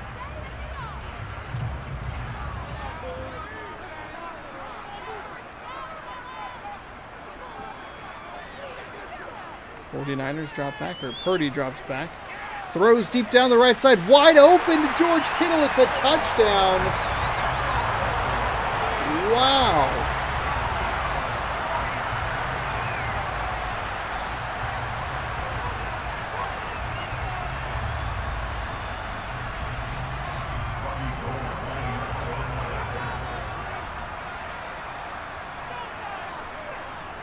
Kick is up, and the kick is good.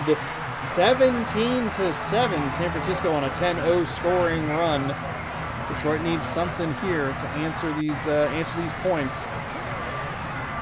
Ideally, you get some points without letting San Francisco have too much time on the clock. Come out of halftime, see if you can get a quick stop. Have to do it a little bit weird.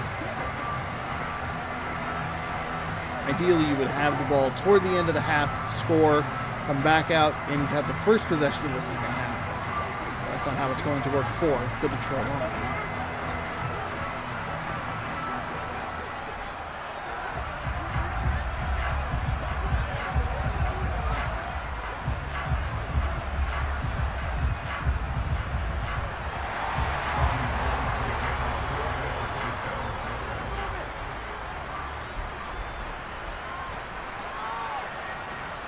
Return man gets it up to the 31-yard line.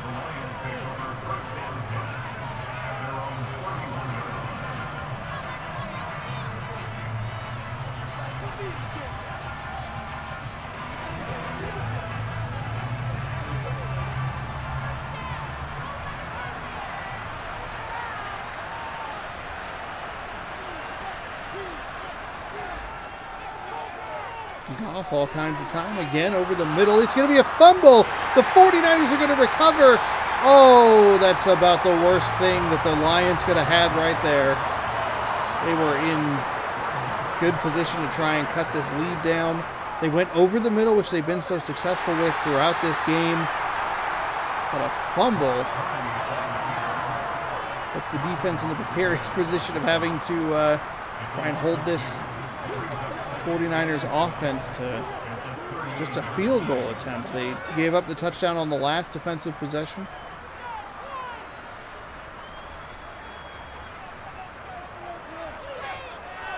Brock Purdy, a lot of time, but he's running out of it. Back over the middle, and he's going to throw a pick.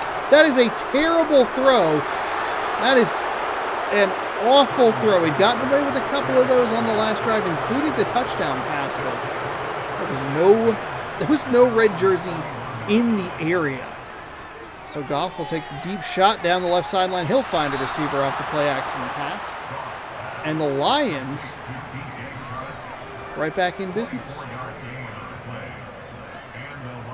Turnovers on back-to-back plays, or they go to McCaffrey there. I'm so stunned by that turnover. No, it was Purdy who rushed for like -1 yard. That's what it was. Then he threw a pick. Not a great series for Brock Purdy. Not a great throw for Jared Goff right there. He's got exactly who he wants, streaking toward the sideline, but nothing doing there.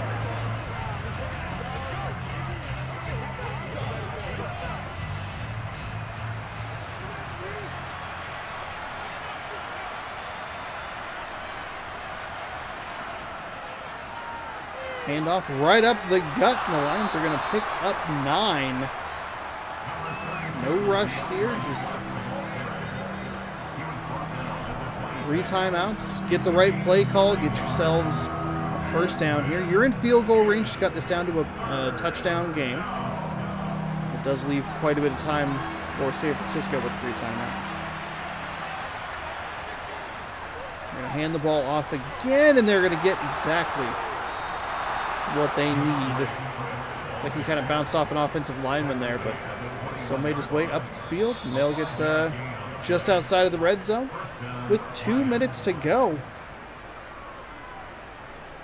That interception is so important.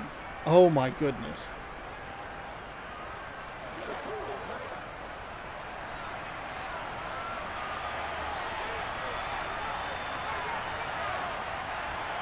Goff from the shotgun. Takes a couple steps back. Now he rolls to his left, and he'll just throw it out of bounds. 8 for 13, 102 yards, and a touchdown for Goff.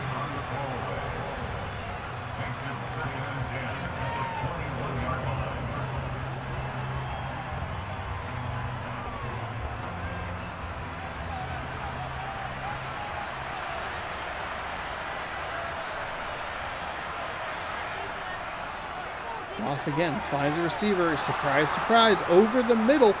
And surprise, surprise, it is St. Brown. He'll pick up 6 and make it a 3rd and manageable. Doing a good job letting this thing tick down.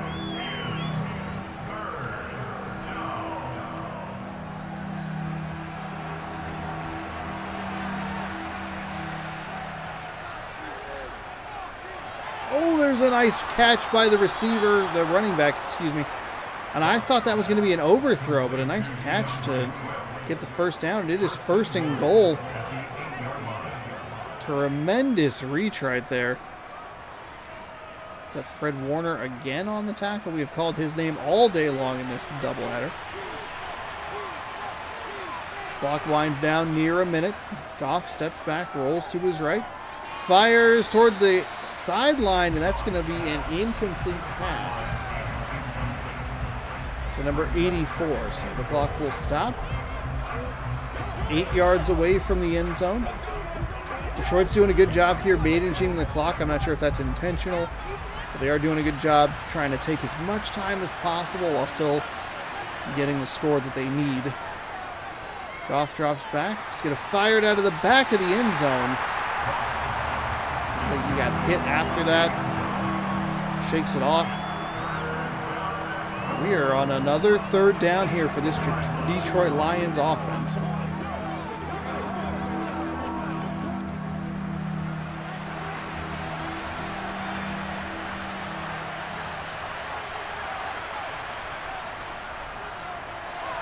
Goff rolls, and he's going to be sacked in the backfield by Bosa.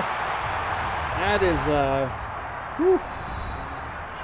He had time on the previous 2 plays, but the clock ran out that time, and we are going to see San Francisco take a timeout.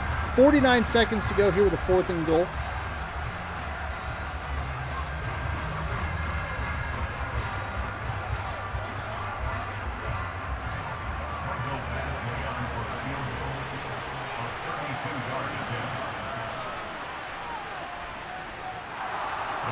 Kick is up, and the kick is good. They don't take the scoreboard off. It's impossible to see where that ball went. So the Lions keep themselves within 7 here, 17-10. Fun game here in Santa Clara. Tough upstart Detroit. Putting up a real nice fight against this 49ers team. They got the help from Brock Purdy to throw just a god-awful pick. Now we're stuck in this weird animation camera loop for some reason. You know what we need, baby. Let's focus in on what we gotta do here. That's right.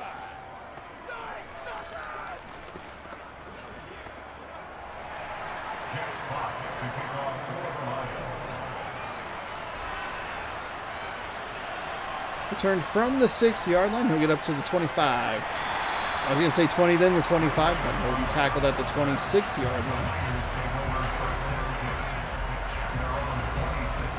We'll see what they have.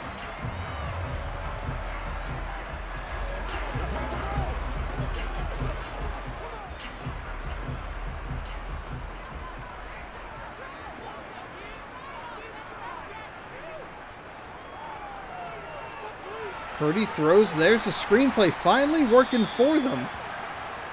But the Detroit Lions snuff that out really nicely and tackle him as soon as he catches that ball.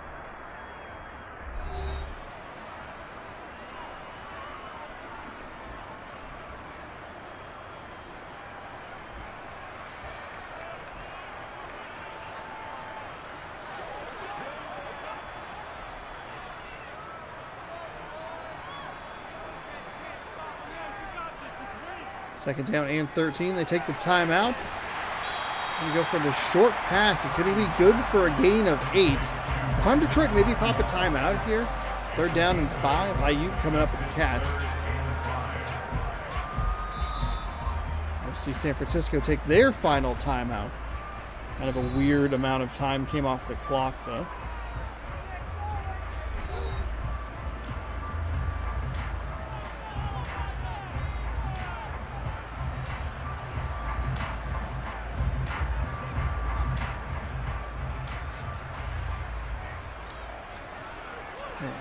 I don't know. It's on fast presentation and it has weirder problems than the other one. 3rd down and 5. Purdy over the middle. He's going to find, looks like that's going to be George Kittle yet again. San Francisco out of timeouts, though. I see a whole lot of urgency. Wait, hold on. Is this game as broken as NFL Fever 2003? Why are they showing a replay? That was okay. All right. Well, I guess not. Is there not a hurry-up offense in this game? I accidentally turned down the awareness to 0.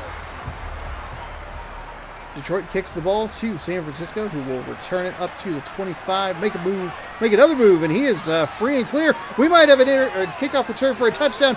The Lions speeding down, and he's going to get tackled by the second guy that can get his hands on him. Huge return there for McLeod. All the way to the Detroit 23-yard line. I mean, that's a field goal right there.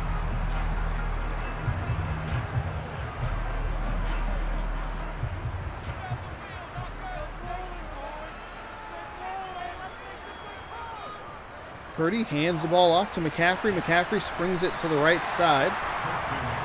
Get a gain of 5. 2nd and short coming up.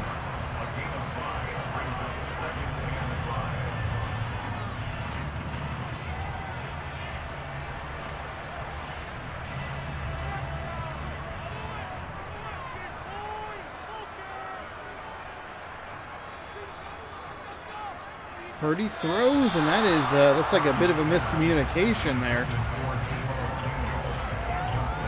We'll set up a 3rd down and 5.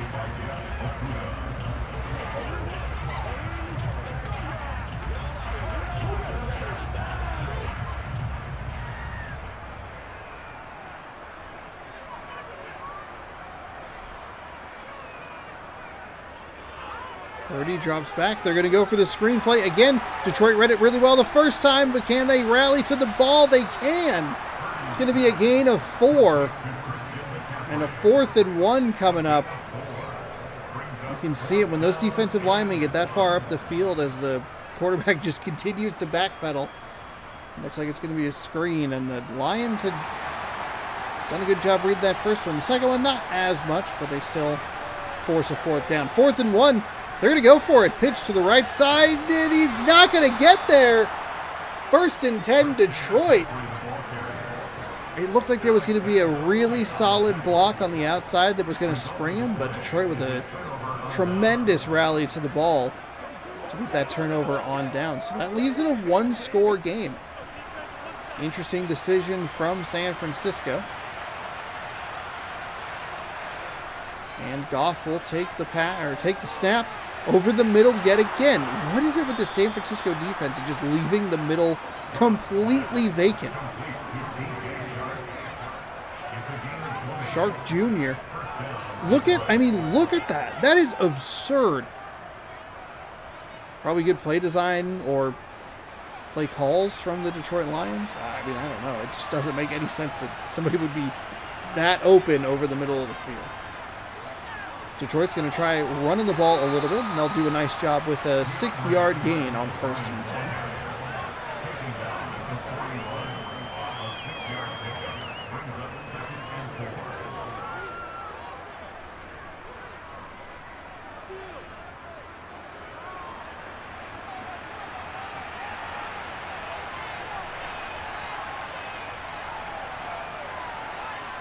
Goff drops back, fires high over the middle that time. It'll be 3rd down and 4. Looked like he had what he was looking for, but just missed the throw.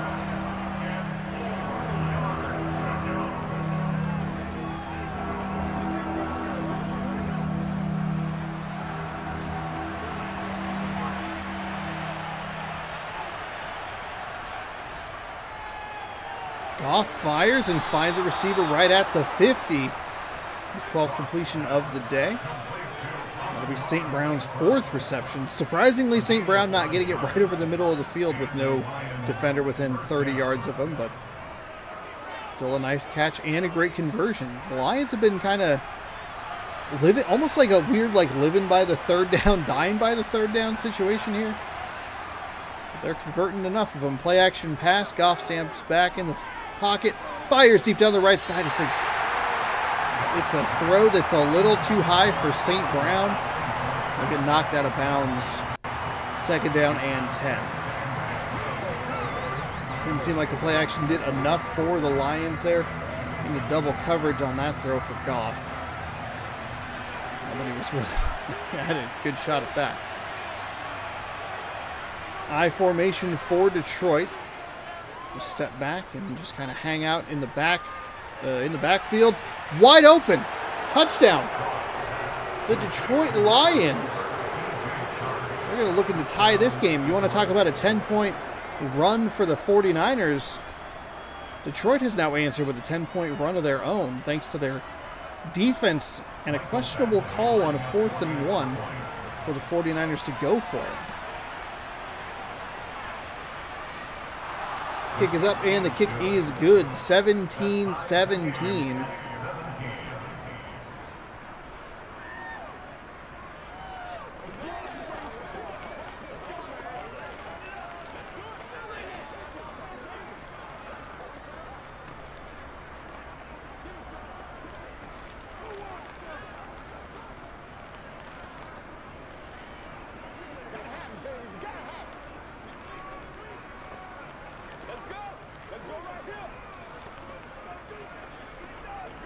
This is both a head-spinning turn of events for the football game reasons, but I don't understand why this is such a problem.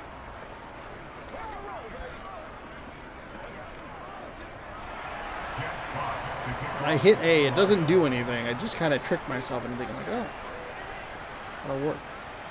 So the 49ers get the ball back. They're looking for another big return from their return man, McLeod, I believe is the last name there. He'll get it up to the 27-yard line. It is indeed McLeod. Thanks for showing off your nameplate. I appreciate that. As a person who doesn't have a wall of information in front of me.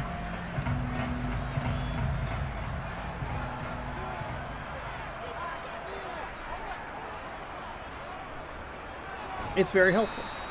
Going to try to run to that right side. McCaffrey's been going that way a lot over the last couple of drives.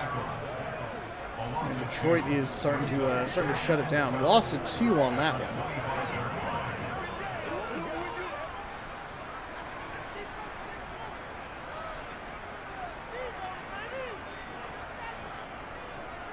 Purdy hands off. And they're going to go left with McCaffrey this time, and that seems to be the better call because instead of a loss of 2, it is a positive 3.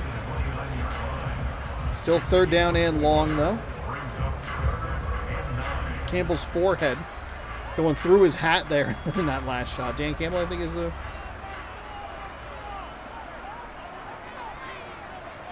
Detroit Lions coach.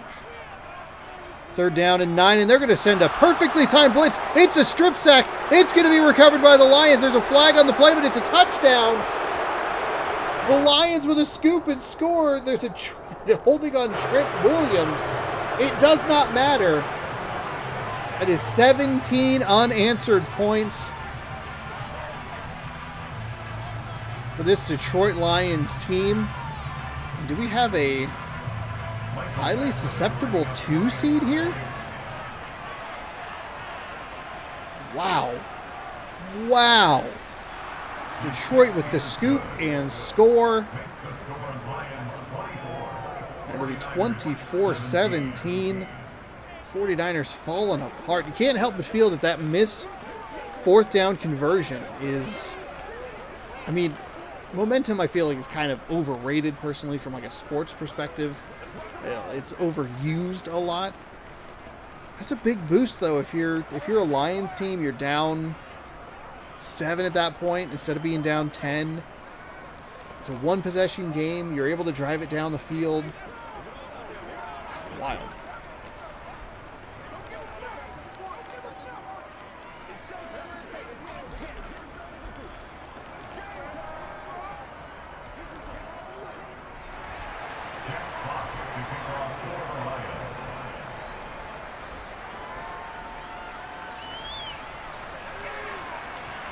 See another return from McLeod here. We've seen several of them already in this half.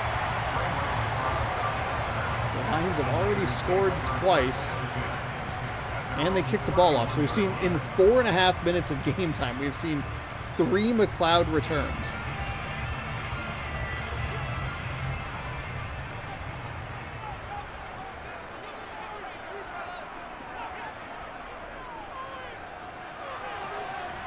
Going to go with McCaffrey. 2nd down and 6 after the 4-yard gain there.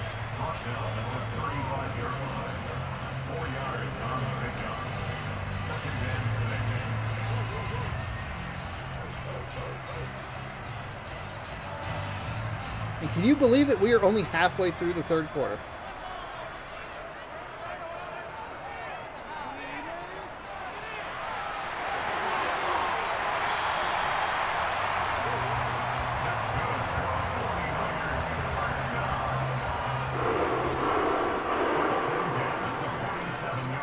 What was that noise? Hoo, hoo, hoo.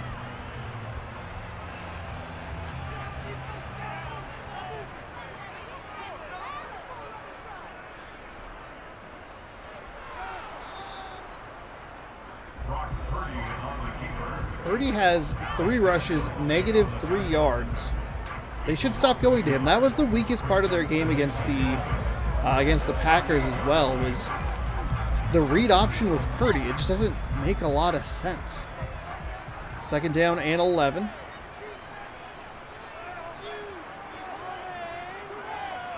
Purdy with a deep drop, looking, has time, fires down the right side, and it's going to be intercepted Another turnover by this San Francisco offense.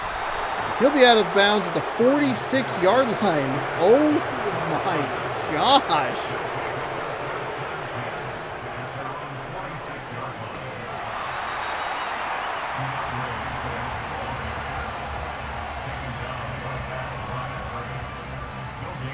I cannot believe what I am watching.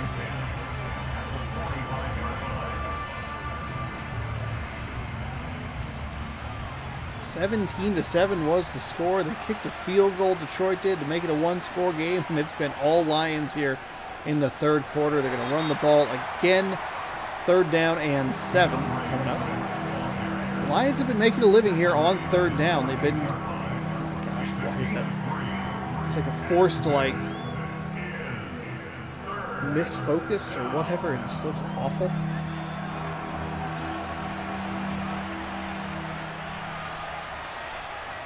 Oh, a high snap. It's going to be a run. And he's going to get close to the 1st down, but not enough. He needed 7, but he got about 6. 4th down and 1 coming up.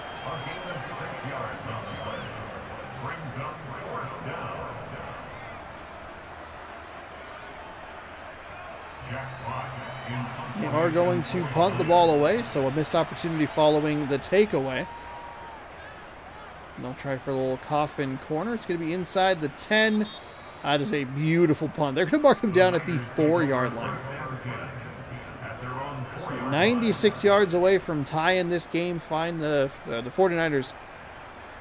Going to need some big plays here. Purdy now up to 2 interceptions. And he got strip sacked, so 3 turnovers just by Purdy himself. McCaffrey over 75 yards of rushing. And it will be a 2nd down and 5 following the 5-yard gain.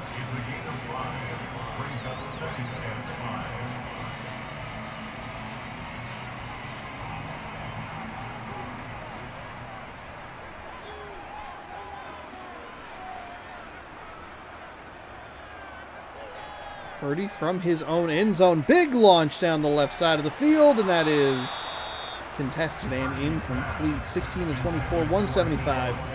2 touchdowns, 2 interceptions for Brock Purdy to find themselves with a 3rd and 5 deep in their own territory.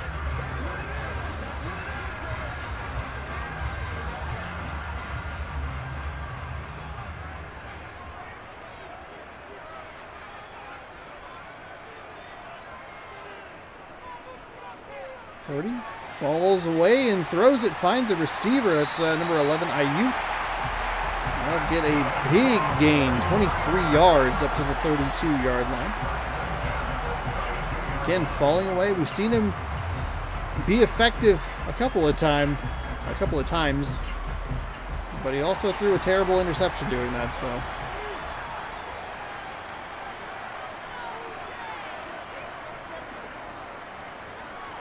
You go with that quarterback keeper or the read option there, going to do nothing. Nothing with it. It was the correct read that time, which I think is something Purdy has struggled with in the 2 games that we've watched here. Correctly pulled the ball and tried to run, but just not quick enough to get anything. That's just a 0-yard gain.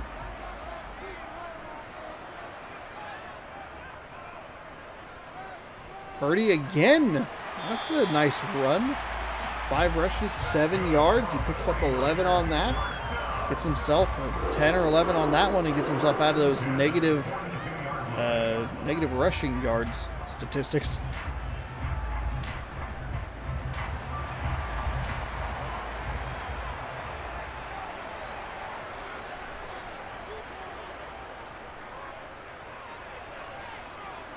Purdy throwing, a little jump throw, and that is well out of bounds.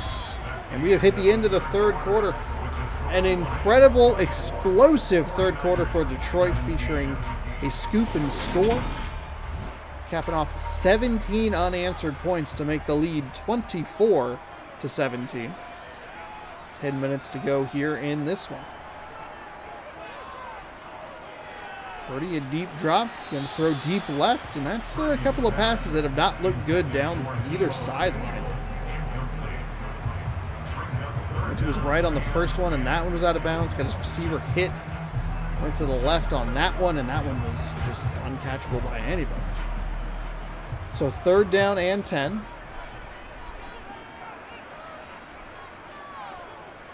Purdy, another deep drop. All kinds of time. The defensive line cannot get off their blocks, and it's just 45 yards out of bounds. Where are you going with this ball, Purdy? That is 3 straight incompletions. That's going to force a punt. There's no way they're going for it on a 4th and 10. Okay.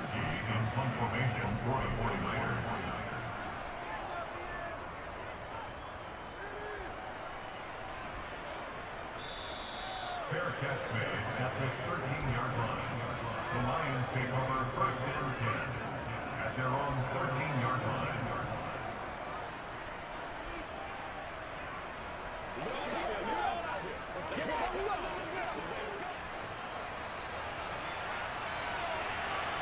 Twenty-4 to 17. Lions find themselves up by a touchdown. Makes an adjustment. They're going to hand the ball off right up the middle.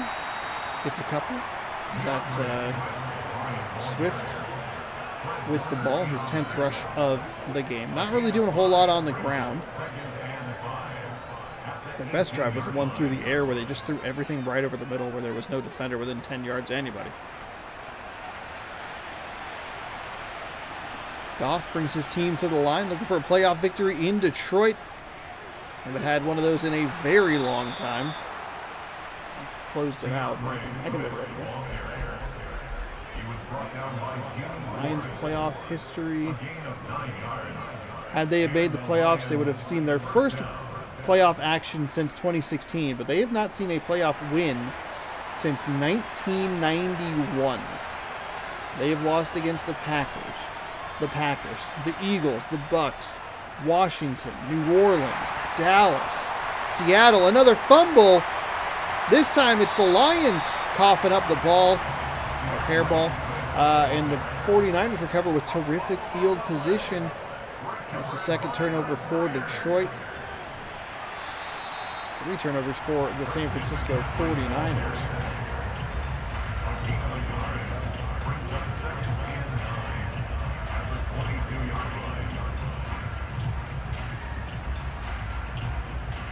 Detroit was looking to take control of this game.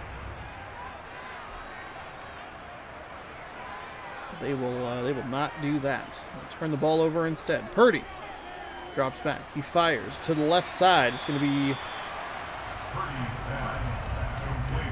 complete. Okay, complete to Ayuk. They have 33% efficiency here in the red zone. The 49ers do. 1 touchdown. I guess a field goal. I don't remember.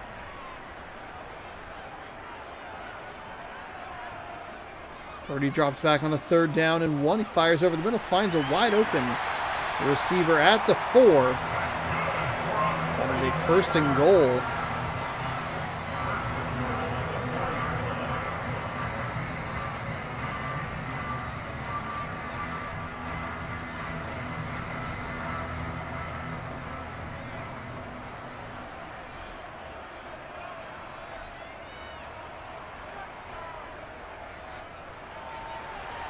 Try one of those little sweep runs where they bring the receiver across. It doesn't do a whole lot of good there. Coaching adjustment. They want to strip that ball out.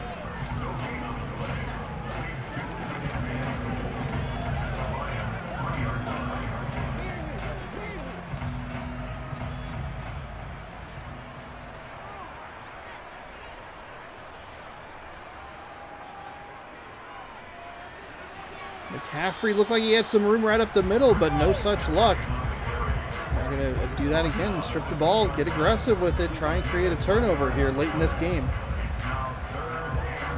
3rd and goal from the 2.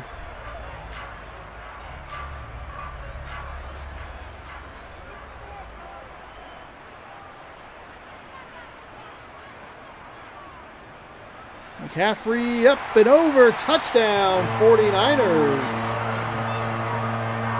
49ers making this one interesting, tying this game up. puts a stop to the 17-0 run by the Detroit Lions. Like number 90 actually kind of pushed him into it. Into the end zone, that is. Kick is up, and the kick is good. We are all knotted up at 24.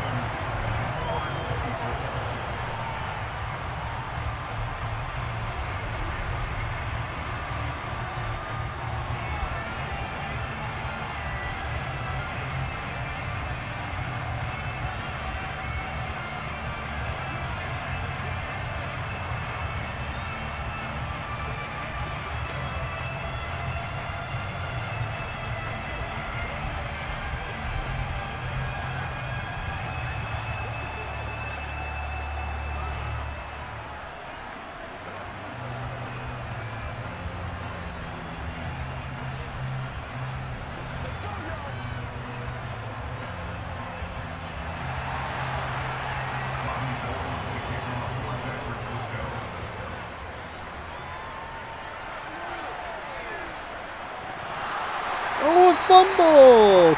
It's the 49ers football. Oh my goodness. Wow. Couple of turnovers deep in their own territory for Detroit, and they are kind of throwing this game away.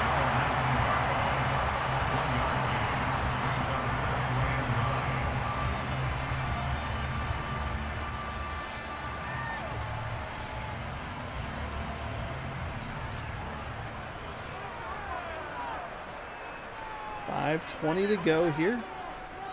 Gonna hand the ball off to number 19, Deebo Samuel. I had the wrong name in my head, Dabo Sweeney. Absolute idiot that guy is. By the way, just to be clear, Dabo Sweeney sucks. Deebo Samuel, terrific football player. Not much of a gain there on second down. We'll bring up 3rd down and 7. In this 24-24 game, they'll hand the ball off to McCaffrey. He's going to be stopped immediately. It's actually going to be a loss of 2. Hutchinson with a nice tackle there. His first tackle of the game. That's a little surprising. So San Francisco likely going to settle here for a field goal on the fringe of the red zone. I guess they're technically in the red zone. I don't know. On the 20. Did I count in the red zone? The kick is going to be up, and the kick should be good.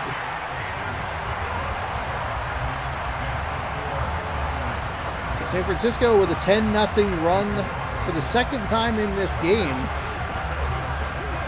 Detroit Lions have 4:15 to get it figured out. They've turned it over on 2 consecutive touches. Yet again, we're stuck in here, which is why I end up looking at my laptop for a second, but I miss a turnover.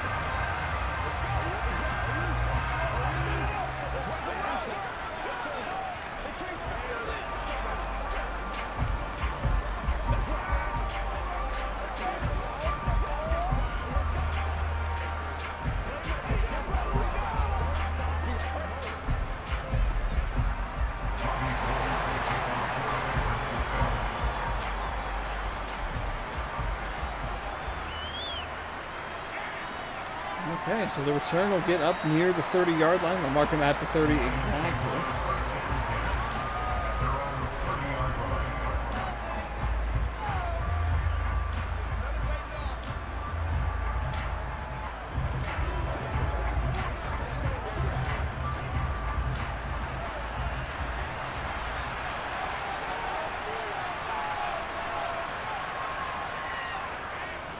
Play action pass for Goff, who fires an interception. Oh, they're coming apart at the seams.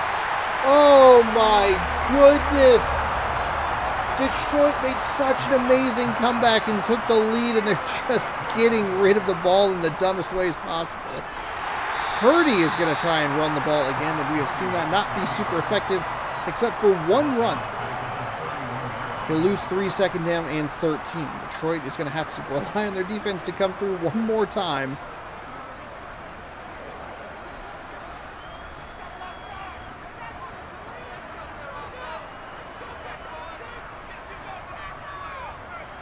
The 49ers are going to hand off to McCaffrey at the left side this time.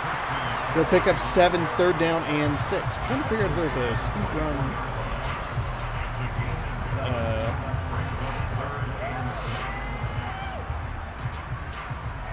got like canceled because the one I was gonna watch got bumped up by like an hour. Under 3 to go here. San Francisco up 3.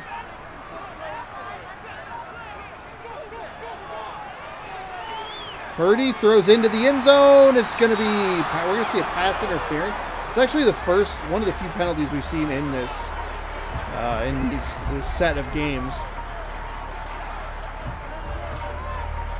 And that is a truly unfortunate penalty. In the end zone, it's going to place the ball at the 1 yard line. That was on a 3rd down.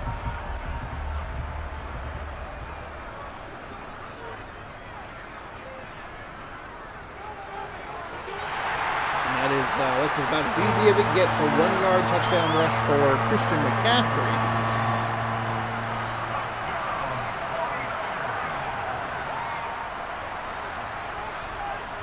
The Lions' magic number was 3, as in the 3rd quarter.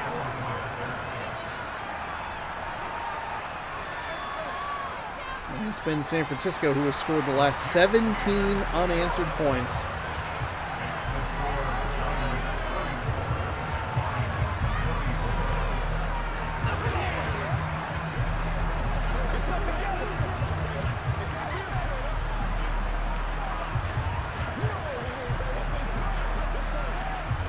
Stuck in this weird kickoff thing.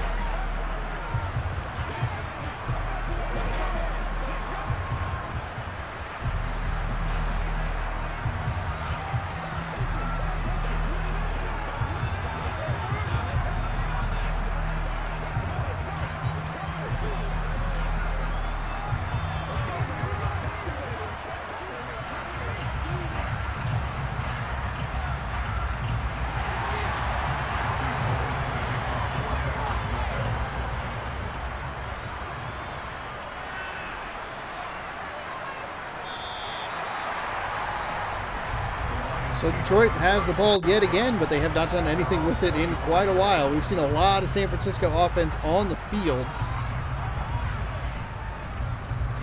thanks to 3 turnovers in this 4th quarter. Down 10, you're going to need to see some urgency here from Detroit. Might even be worth, as we see a screenplay here, set up pretty nicely. He's going to fight forward for 9 yards. Might actually be worth trying to just get the field goal. See if you can get into field goal range about 40 yards, 45 yards from here. Unless you can get a really big play down the sideline.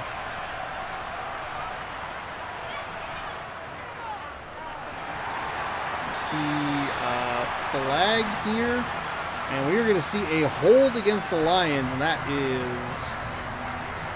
Whew, this is all coming apart for the Detroit Lions. My goodness. They looked so good in that 3rd quarter. I thought they had it.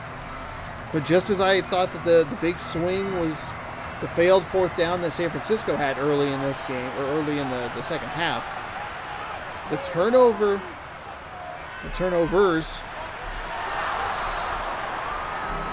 let these 49ers kind of stick around, and they're taking advantage of it. 34-24, your score at the 2-minute warning here. 3rd down and 8 coming up.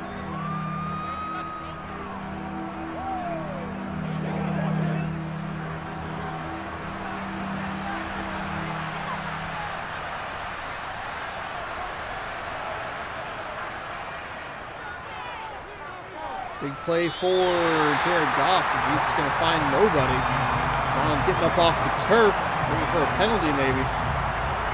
Doesn't matter, it's 4th down and 8.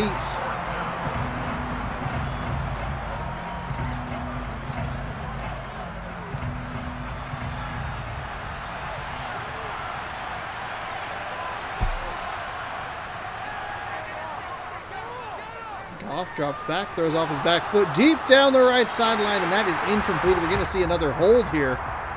Oh, we're going to get a roughing the passer this time around. 15-yard penalty. Going to give the Detroit Lions some life on a 4th and 8. Honestly, why are you anywhere near the quarterback on a 4th and 8 like that? Don't even give him the opportunity to throw the flag. Just stand near him, guard him like a basketball player, and then don't touch him at all. Goff looking, firing over the middle. That's where they have had the most success, this Detroit Lions team. I'd like to see a hurry-up offense of some kind here. Looks like we're going to see a replay. Uh-oh. This game's as broken as NFL Fever 2003.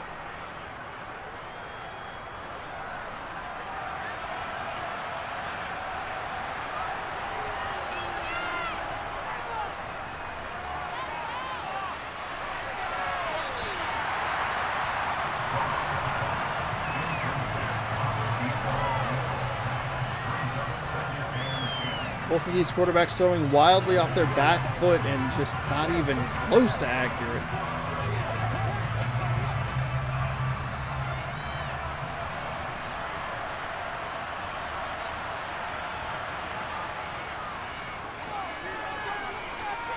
Lions over the middle yet again.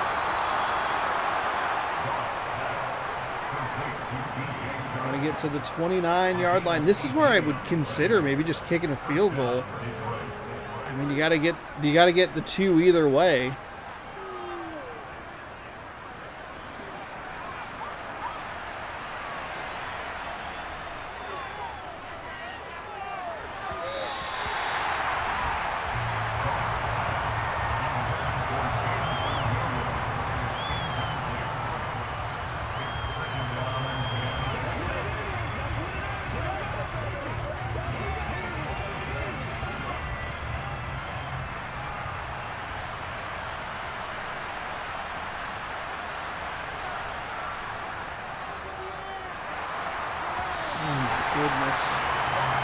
San Francisco did a good job bringing the pressure, forcing the incompletion. Goff gets up off the grass again.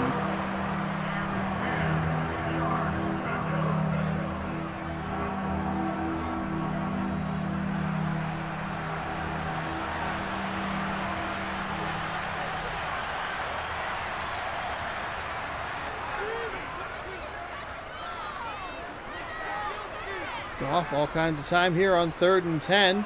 No one could get him. Fires nearly an interception. And it would have been fitting that Warner would have come up with that pick because we called his name all day long. 4th down and 10.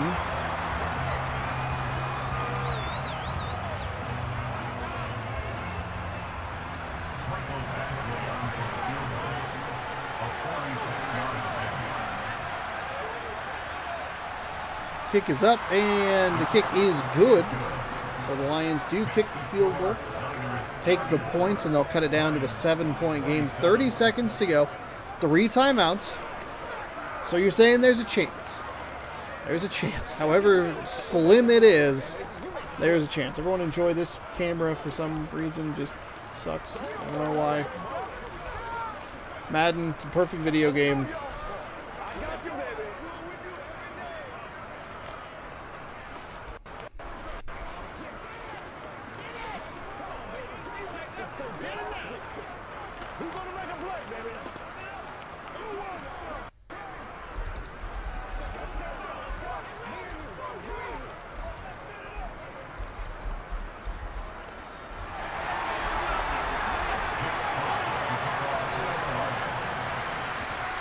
An onside kick. That's not going to do a whole lot.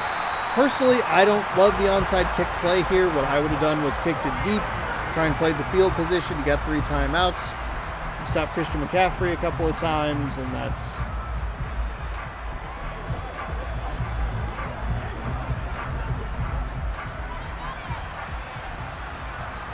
But hey, that's not me. We'll see I formation here for the 49ers, because now you stop them 3 times, you use your timeouts, whatever. Good for you. Timeout. Now you have to drive the entire length of the field. Best case scenario, you get the ball at the 20.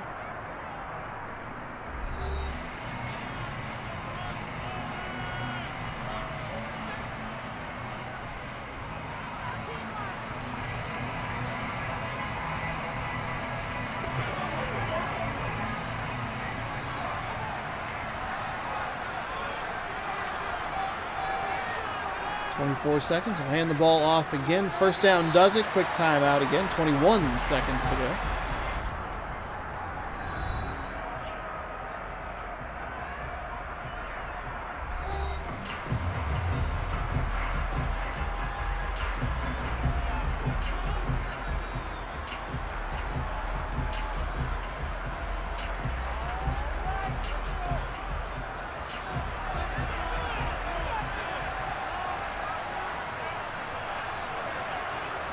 I don't think the quick presentation really helped all that much, by the way. First down conversion for the 49ers will do it. That'll solve the game away. The turnovers absolutely killed the Detroit Lions in the fourth quarter. They made such a valiant comeback, and I loved what I was seeing. I thought, hey, we're going to see 2 upsets here. We'll figure out who is still alive. We would see a 7 seed going to see a 1 seed in both of these scenarios, and take a look at some future games. But instead, we do have the Packers. The Packers won. They won the first game today, and that was a surprise to me. So we'll see what they can do against the Eagles next week. And I think we'll go ahead and leave these at 2 games. We don't need really a prediction. Madden prediction is more of a what-if scenario. It's already at 2:37, which means that if I add another, that was like an hour and 20 minutes. Which means if I add another hour 20, we're at like a 4-hour game. So we'll call it there. Good game. That was a lot more fun than the Packers game, I thought. Explosive plays on both sides. Turnovers played a big part of it. The Detroit Lions just couldn't get out of their own way enough. A really bad penalty late in the game on a 3rd down and 8. Led to a touchdown. But hey, that is the way it goes. Thank you so much for watching. Hopefully you enjoyed this. I had a good time broadcasting it or recording it. Hopefully you had a good time watching it. And I will make sure to quit out of this. I do have it downloaded for Xbox One as well, just in case things go wrong. If you'd like to see the AFC side of this, you can tune in on Friday for that. We'll take a look at what would happen if the Steelers made the playoffs or if the Patriots made the playoffs. We'll see if that would have affected anything against the Bills. If one of those teams win, we'll do another double package next week. Maybe we'll just see the Packers game next week. As we kind of work our way through this, we'll have a Super Bowl prediction live on the 12th of February between the two participants. And I do think the sliders were a lot better this time around. No team got out to some absurd, exorbitant lead. So that was good.